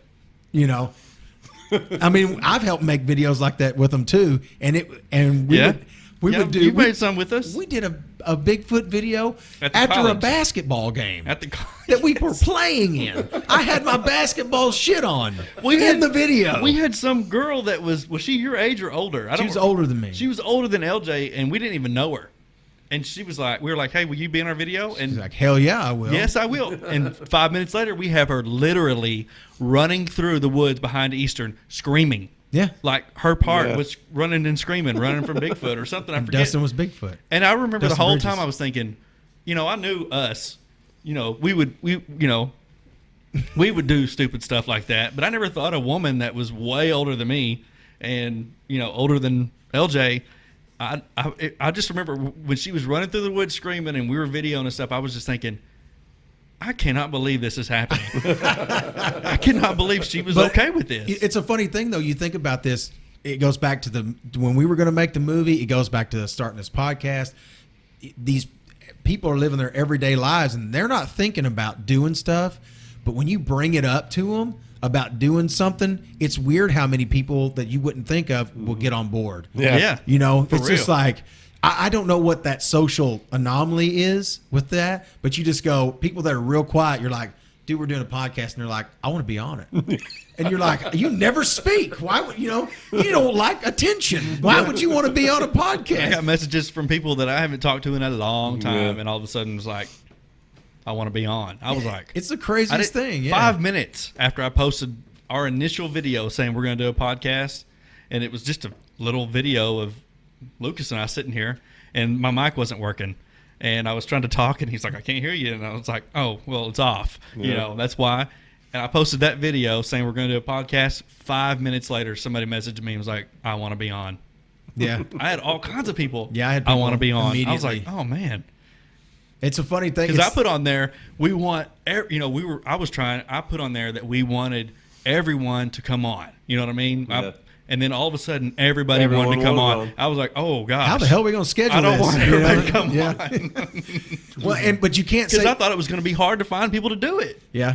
Your And- first reaction to say, well, it's the YouTube generation. But when we were doing that stuff, Beforehand.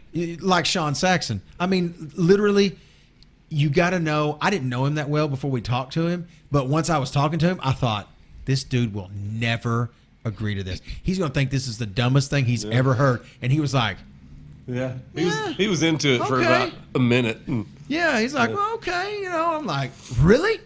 You know Like what I mean? we Like, left, yeah. and he was in. Yeah. And then like a day or two later, he backed out. Oh, really? Yeah. But We went and took him the script. I mean, he read the script, and then we met with him. He's like, yeah, I think I want to do it. Well, he probably ran it by somebody, and they're like, I don't know, that's Uh-huh. not a good idea, But you never know what goes into people's decisions, but I was surprised he would even entertain it. You know what I mean? I literally, after getting to talk to him, because I'd heard of him, but I didn't know him. You know what I mean? It was like, hey, you know anybody break a horse? We take it to him, and so then we're going from that to, you want to be in a movie?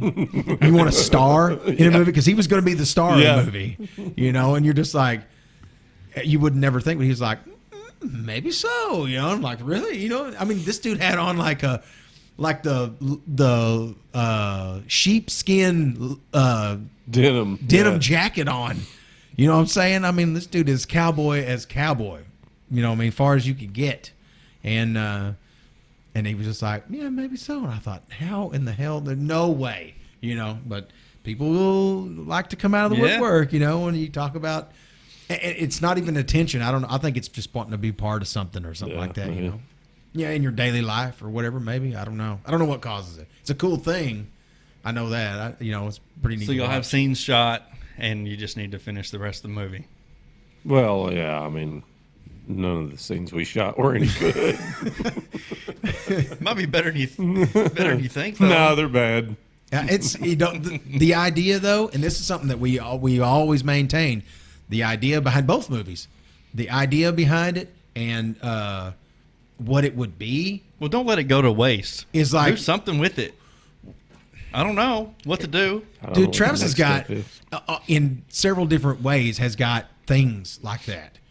I mean, he's really a creative person. So dude, he paints, writes, Well, I heard he just said taxidermy, so you do that too? he does all kinds I of did stuff. not know that.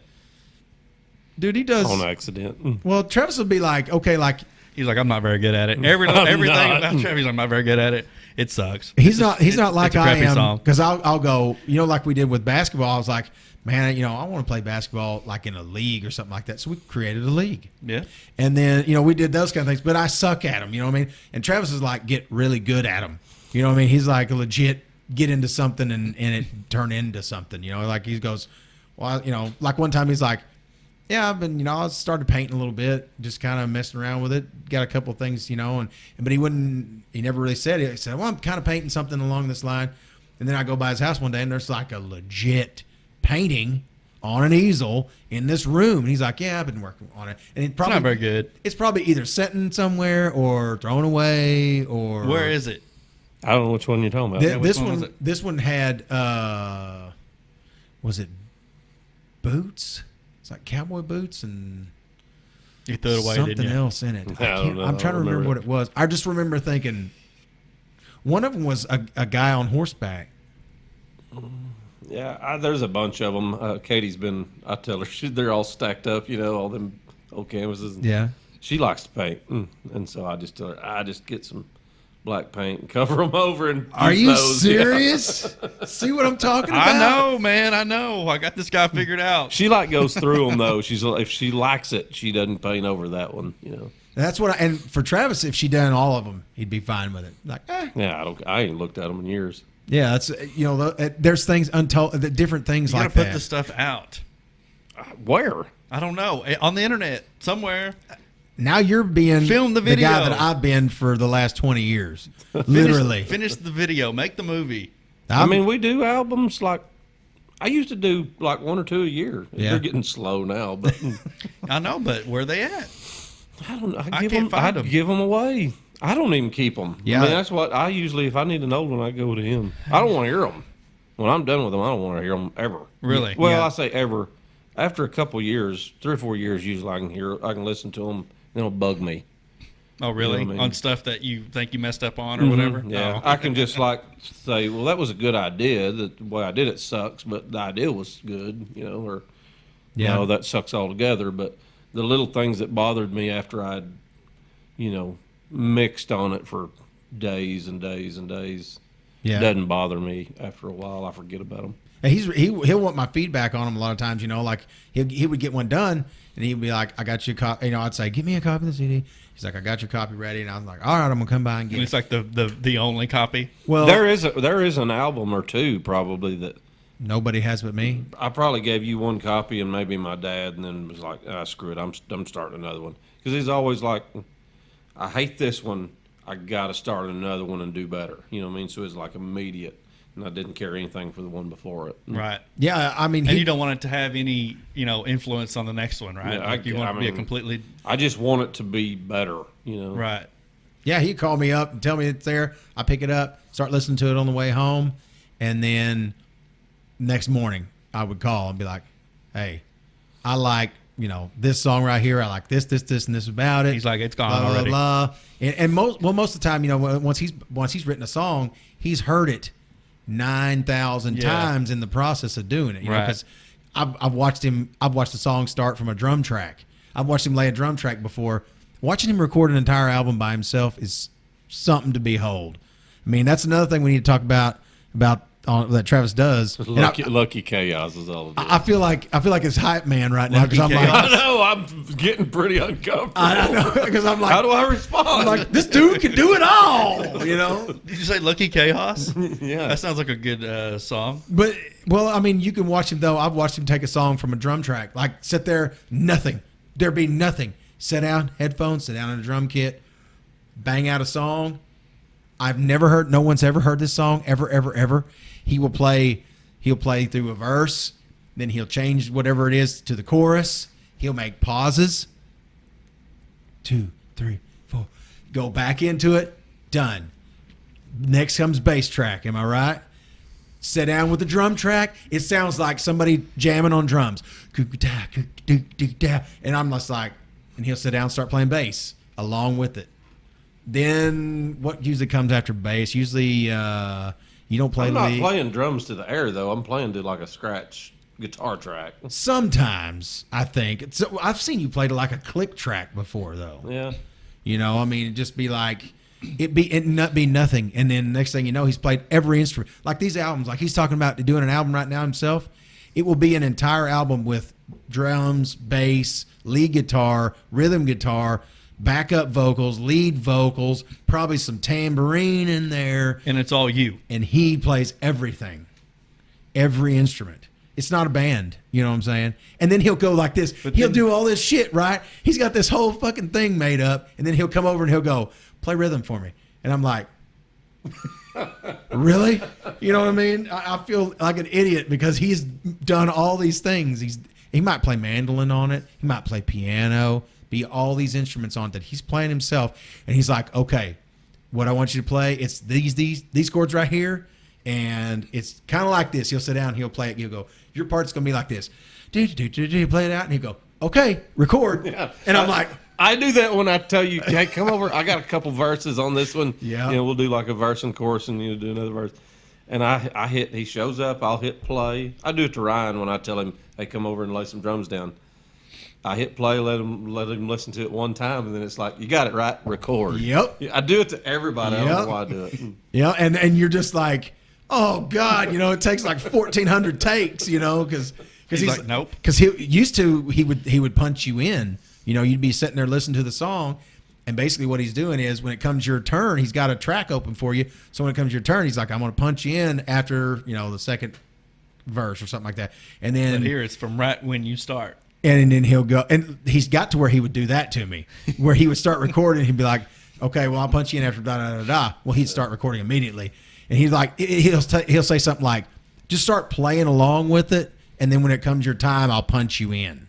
Well, then he'll record that entire damn thing, and you're just like, oh, I screwed it up. And he's like, nope, sounds good. All right, on to the next one. Now it's played like this, and it's like, oh my God. He gives you no time, And for him, he can sit down and do that. He doesn't feel that pressure, 'cause he's writing it. He's doing all of it. So he doesn't feel that. But for me, when I see the little red light come on, I'm already an idiot when I see it, much less trying to learn a song I've heard one time or maybe never, It's even different for me. That's what I was telling you earlier.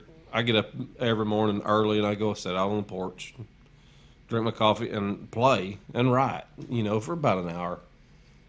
I mean, for months and months, nothing will come, and then for a week, I'll write 2 a day. But I can play it up there on the porch and think, I've got it, and I'll walk straight down there, turn everything on, in my own place, hit record, and it's like, it'll take me 37 takes, and you're like, I just played it perfect up on the porch 4 straight times. You know? Yeah. So, don't feel too bad. Well, another thing, I'm at my own house and screw it up constantly. Well, like when I played rhythm, the rhythm guitar sounds like when we were in a rock band or, playing metal music or whatever you want, not metal necessarily, but electric guitars. He would write these songs and it would have a rhythm part to it. Well, I always thought rhythm is like strumming along. I'm playing the main chords of the song. Yay. It's easy. I'm singing some backup vocals. It's what I know. But invariably, he would come up with something. He's like, dude, okay, in this one part, right before I start playing lead, there's going to be a little part in there. All you got to do is this right here. You know what I mean? And I'd be like, I can't do that. He's like, yeah, you can't. Look, it's real simple. And he'd slow it down. You know what I mean? And I'm like, okay, no, it's like this. And we'd go through it 900 times. And he was literally the most patient person ever, because it needed to be in there. You know what I mean? And so he would be like, okay, it goes like this. Dee, dee, dee, dee, dee. And I would go, okay, I got it. And he'd be like this, okay, you ready? And he had this little remote deal sitting there, So I'm like, yeah, I'm ready. He'd always go like that, and I'd go, to me something would suck, but I'd screw it up, and just like, no, okay, back up, it's like this. He would sit across from me, but it's got to be faster, okay, and then I would, as long as I could get it close.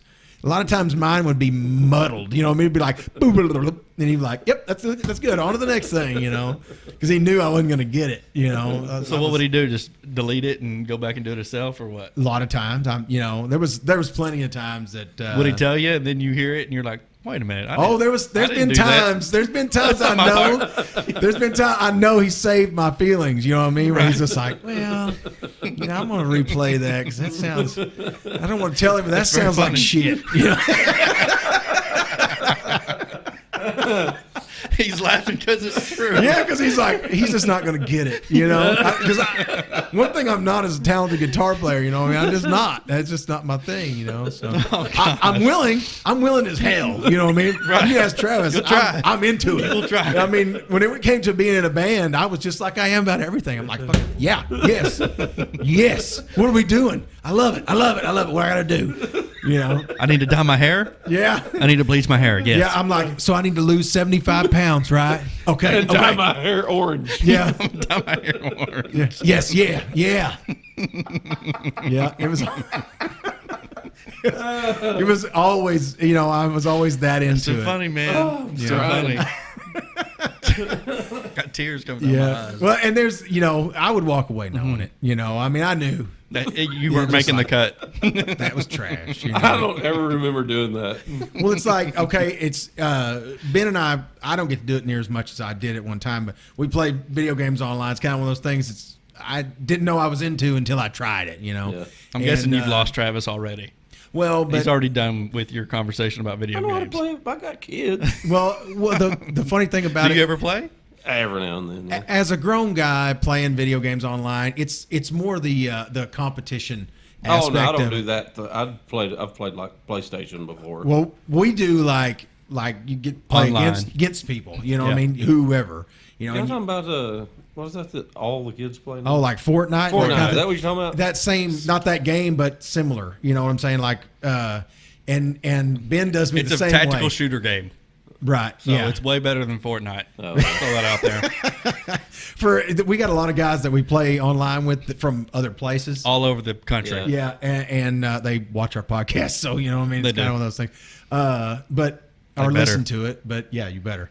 But Oh, yeah, I need a Oompa Loompa, Papa Oompa Loompa, and Adam. oh yeah, you What's did- up? So you haven't Okay, go shouted ahead. them out yet? Yeah, I Okay. completely left them out. But They don't appreciate it. No, they don't. But go Yeah. ahead. But anyway, what the point I'm driving home is I suck at online gaming. Just like I'm not all that good at playing guitar. And Ben does me the same way. He plays with these guys that are good. You know what I mean? Like they're really good. And Ben's good too. And they let me play because I guess my shining personality. I'm not real sure. It's not true. He's because good. because there's like a rank system, and it's pretty competitive. Well, I like the competitive aspect of Right. it, but I don't get to play all that often, and I'll tend to, if I'm not in the right mood, I'll get on there and I'm just playing just to play. Well, these guys are getting pretty serious, and they don't appreciate Ben's shitty friend I don't getting know what on he's there and talking about. playing, you know what I mean? So it's kind of like, I know good and well he's like, well, we need 5. He's online. It's 5 He each. has a heartbeat. Does it? I'm going to send out some invites. If I don't send one to LJ, he's going to not appreciate it. I see he's online, and then I'm the first one to punch in. I'm like, hey, Everybody. see you guys are playing, and everybody's like, Jesus, like one of the guys we play with, Jacko, I punched in with some of him and his friends, and Jacko's good and he's real competitive and all those kind of things like that. And I met him through Ben online or whatever. Well, he's got a whole squad of people. And I'm sure he sent out a bunch of invites. Well, I'm the first swinging dick who punched in there, right? So I get on there and this guy's like, and they're looking at my kill to death ratio, which is basically how many guys do you kill to getting killed, what I mean? And it's real bad. And so the first thing this guy does, you could tell it gets quiet for a minute because whenever I jump in there, everybody goes and looks at your stats because these guys are serious. Yeah. And he goes, hey, Jacko, is this guy any good? And Jacko's answer is, he's got his moments. And so I go, oh, you guys are playing serious? And I jump out. I get out of it, I'm just like, because I'm just going to get mad. Somebody's going to tell me I suck and I'm going to get pissed off. So what's the point of, putting everybody through it? So you're saying that's what Travis does when He's done it for years and years playing music with me, yes. I think my zealous nature is what keeps me in with a lot of people. They're like, hell, he's into it. I mean, if nothing else, he's there. He's trying hard. So you have him come over just to see how bad he sucks still? Yeah, he showed up 2 hours late, but he did show up. So hell, I got to have somebody. He showed up before everybody else. Yeah, Travis was like, I'm getting tired of playing the damn tambourine on every song. I got to have somebody, and this dude will show up. Dude, I was thinking when having Travis on, I was thinking, man, I didn't know, if this would have been funny or not. And I honestly thought about getting a cowbell. And when he started playing, I was going to truck it up and start hitting on it. I'm really glad you didn't do that. I'm glad I didn't either. I just thought it would have been really funny.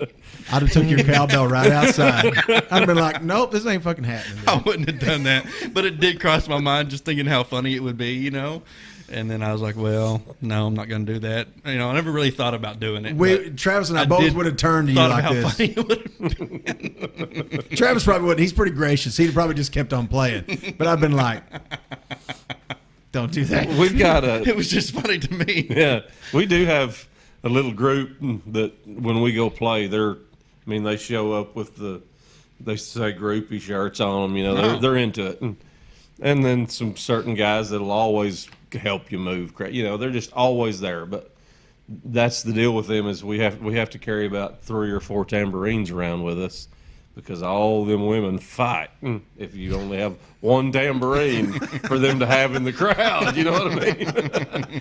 But we've got a couple songs, you know, like that. We'll close the show that we'll give them the tambourines and let them come up, you know, and sing along and all that. But That's pretty cool. So I was gonna say it.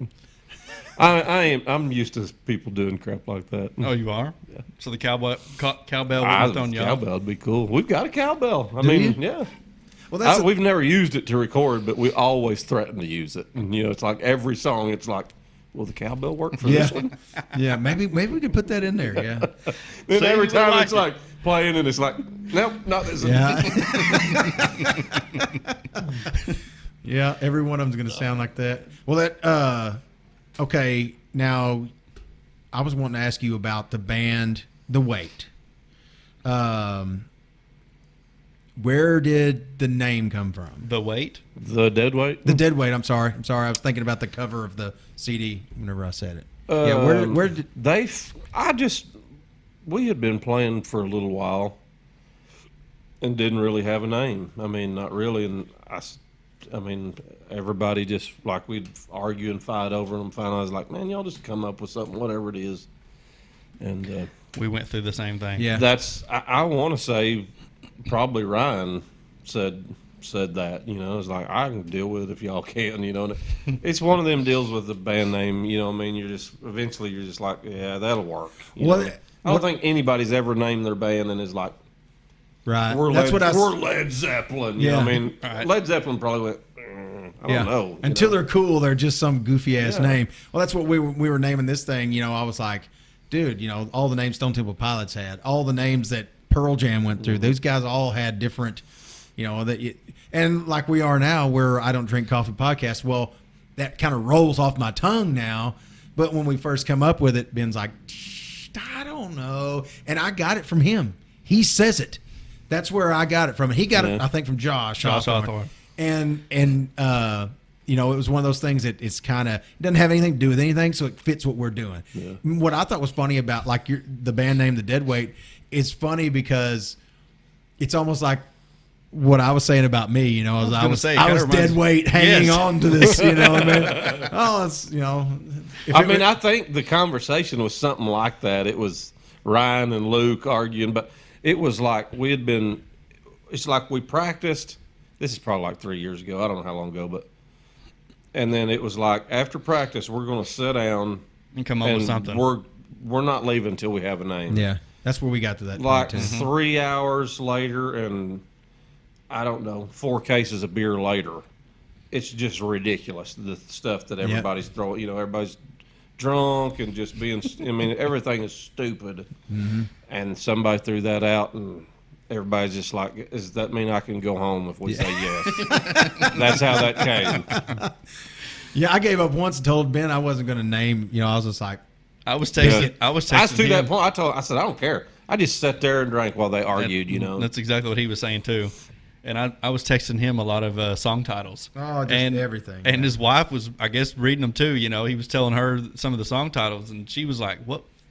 And it was a joke to me. I was saying them as a joke, but she was taking me serious. Like I was really wanting to. Yeah, she was like getting pissed about it. You know, don't she was fear like, the Reaper or whatever. I don't know. Some of the she was stupid like, stuff I was coming up with. Ben doesn't get to pick the name. I'm like, you're not even in the podcast. Wait a minute. It was completely a joke. Now some of them were real. You know, I really wanted to. You know, I really like Two Ugly Dudes. That's what I wanted to name it. You know, but You pushed hard for that, actually, really hard. I know. But for me, you know, like I said, now that it's done, I'm sure it's the same way with your band name. Now that it's done, it's like it makes sense now. You've said it so much. It's it's not weird sounding. Yeah, Yeah, I mean, for a little bit it was weird. And then, it is what it is. Then you now. start seeing it on T-shirts, you know what I mean, and stuff, and you're like, that's what we are, I guess. Yeah.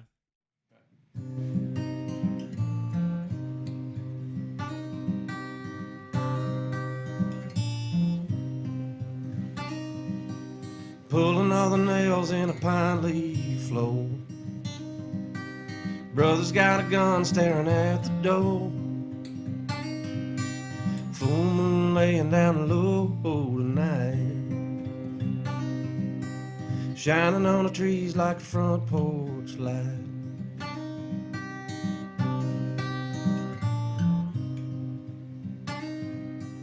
Never could leave well enough alone. Hear the water running on an old blue stone. Daddy's old 10 gauge in my hand. Send my woman to the promised land. Got a hole to dig, big enough for two.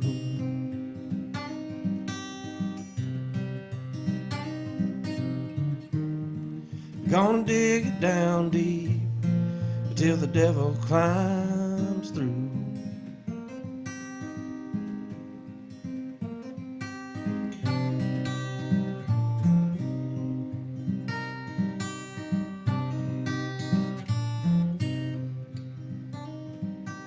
A new man's tied to a boat tree, a hole in his belly and a busted knee.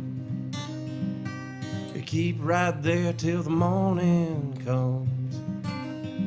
It won't be the worst thing that I have done. Got a hole to dig, big enough for two.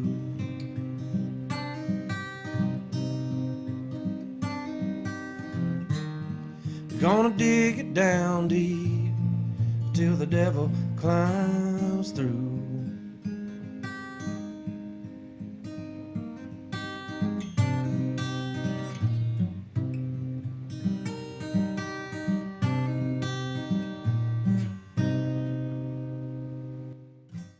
Travis, I want to thank you for coming out and being on. Yeah, thank you. It's been a pleasure, Yeah, gentlemen. appreciate it. You enjoyed it.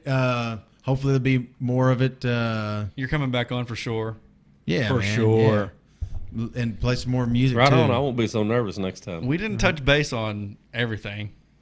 Dude, we have And almost 30 years of crap that we can talk about. Exactly. You know, so I mean, nobody may care about it, but we can talk about it anyway. So. I had a great time. Yeah, I appreciate it. Thanks for having me. I had a good time. Anything you want to plug or anything like that? You got to plug something, man. Everybody got to plug something. That's the I'm rule. anti-plug. The Deadweight. We were going to say go to the deadweight.com, but we couldn't find it a minute ago, so I'm not sure if it's real. Yeah, I finally It's found real. it. I've been on it before, but Well, what is I it? found it When you earlier. found it, what is it? It's their band website, and it's got some I know, pictures. but what is the website? Oh, it's thedeadweight.com. thedeadweight.com. Oh, okay. The Deadweight. It's all one word, and you'll find it. It's got pictures of the band and everything like that. Pretty neat little website. Can you buy the album? Yeah, it's Last on album? iTunes. Oh, okay. I mean, it's on everything. You get right. you get like 1.5 cents per download Not or even something like that that. Dude, we've played live, before, and every now and then the song "Down Home," which is one of our more popular ones, I don't know, it's like the first one we kind of advertised before the album was out. But I tell everybody, the first week it was out there, I was pumped. I mean, people, I was getting, because you can get on this distribution company every day or every other analytics day, of it and everything. it shows you who's listening to it and where, and all that stuff. And I mean, you got people all over the world doing it. I was like, we're fixing to make some bank. Then you figure out it's 0.0007 for every time somebody listens to it. Oh, It's like God. we can sell one album for $10. Like a show, sell you an album for $10, and it takes, I can't remember how many hundreds of thousands of streams to equal that. Wow, Yeah, there's no money in it. that's great. That's why everybody tours. Yeah, you have to. Yeah, that's where everybody makes their money now. Yeah. And shoot some music videos and put them on YouTube because there is money in YouTube for real, Yeah, for sure. I know think that we have firsthand. songs on YouTube, don't we? Have you ever looked them up? I listened to 2 songs. yeah. There's. I think the whole album's on there. I have not seen that. I did not see that either. Now I looked at your page though, your YouTube page, and you got, like I said, the one song of you by There's 2 yourself, songs. and then one acoustic of the band, the whole band. They were the whole album was on there. I've seen it before. I'll look again and see if We were trying to work up one of them, and we had to bring it up on YouTube to listen to it because none of us have a copy of it. Oh, That was something we were doing. We had to buy our own song to listen to it to work it up because none of us could remember it, and we'd recorded it 2 months before that. that's very funny. That's very funny. Yeah, if there's another YouTube page, send that to us, and we'll put that on there too. Yeah. For sure, because I could only find 2 songs, and I could not find. And does the other one show him playing, or is it? Oh, okay. So he does Titletown just by himself. But the first one, I've done some things on YouTube, a bit, but See, I don't know what I saw. I wasn't paying attention to the difference between the Deadweight stuff and your stuff. I'm thinking the time we pulled one up that I thought, hey, all our stuff's on there. You clicked on one, and then it took you and brought up every song on the album or something. It could. Is there a link on it maybe that you can follow to purchase or something like that? I don't know. well, we'll get it sorted out. Jeez. Are you going to plug your business? Oh, well, I mean, I've plugged it before. I need to plug it again, I guess. I don't know. I don't know either. For all your insurance needs. Yes, that's very true. Yeah, see, there's the All whole of album it. right there. I'll be dang, you're right. It's there. You can watch the whole or listen to the whole album. The right whole there on album? YouTube. Yeah. I own it. It's in the CD player of my truck right now, so I've heard it Yeah, lots of they're all times. lined up there. All right, well, I'll get the And then link there's and I'll a post it on this. huge. Why is that? Look at that. That's what's in the middle of all our songs. Like this 800-pound man naked in a bed. Playing Fortnite or something, looks like. Yeah. He's got his old headset on. Yeah. Well, this was fun. Yep. Yeah. This episode is brought to you by Blackline Insurance Group. BlacklineInsuranceGroup.com. Sorry. All right. I had to do it. What are you plugging? Oh God. Don't plug your YouTube channel because you don't know what it is either.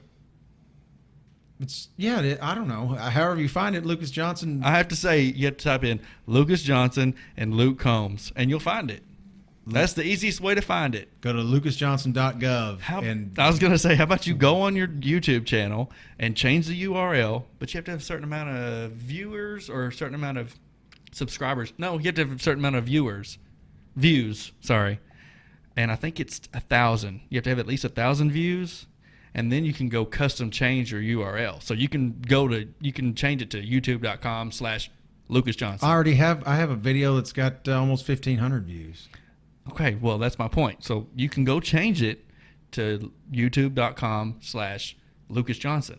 Oh, sweet. Okay. I need to do that. Okay. Because right now it's youtube.com/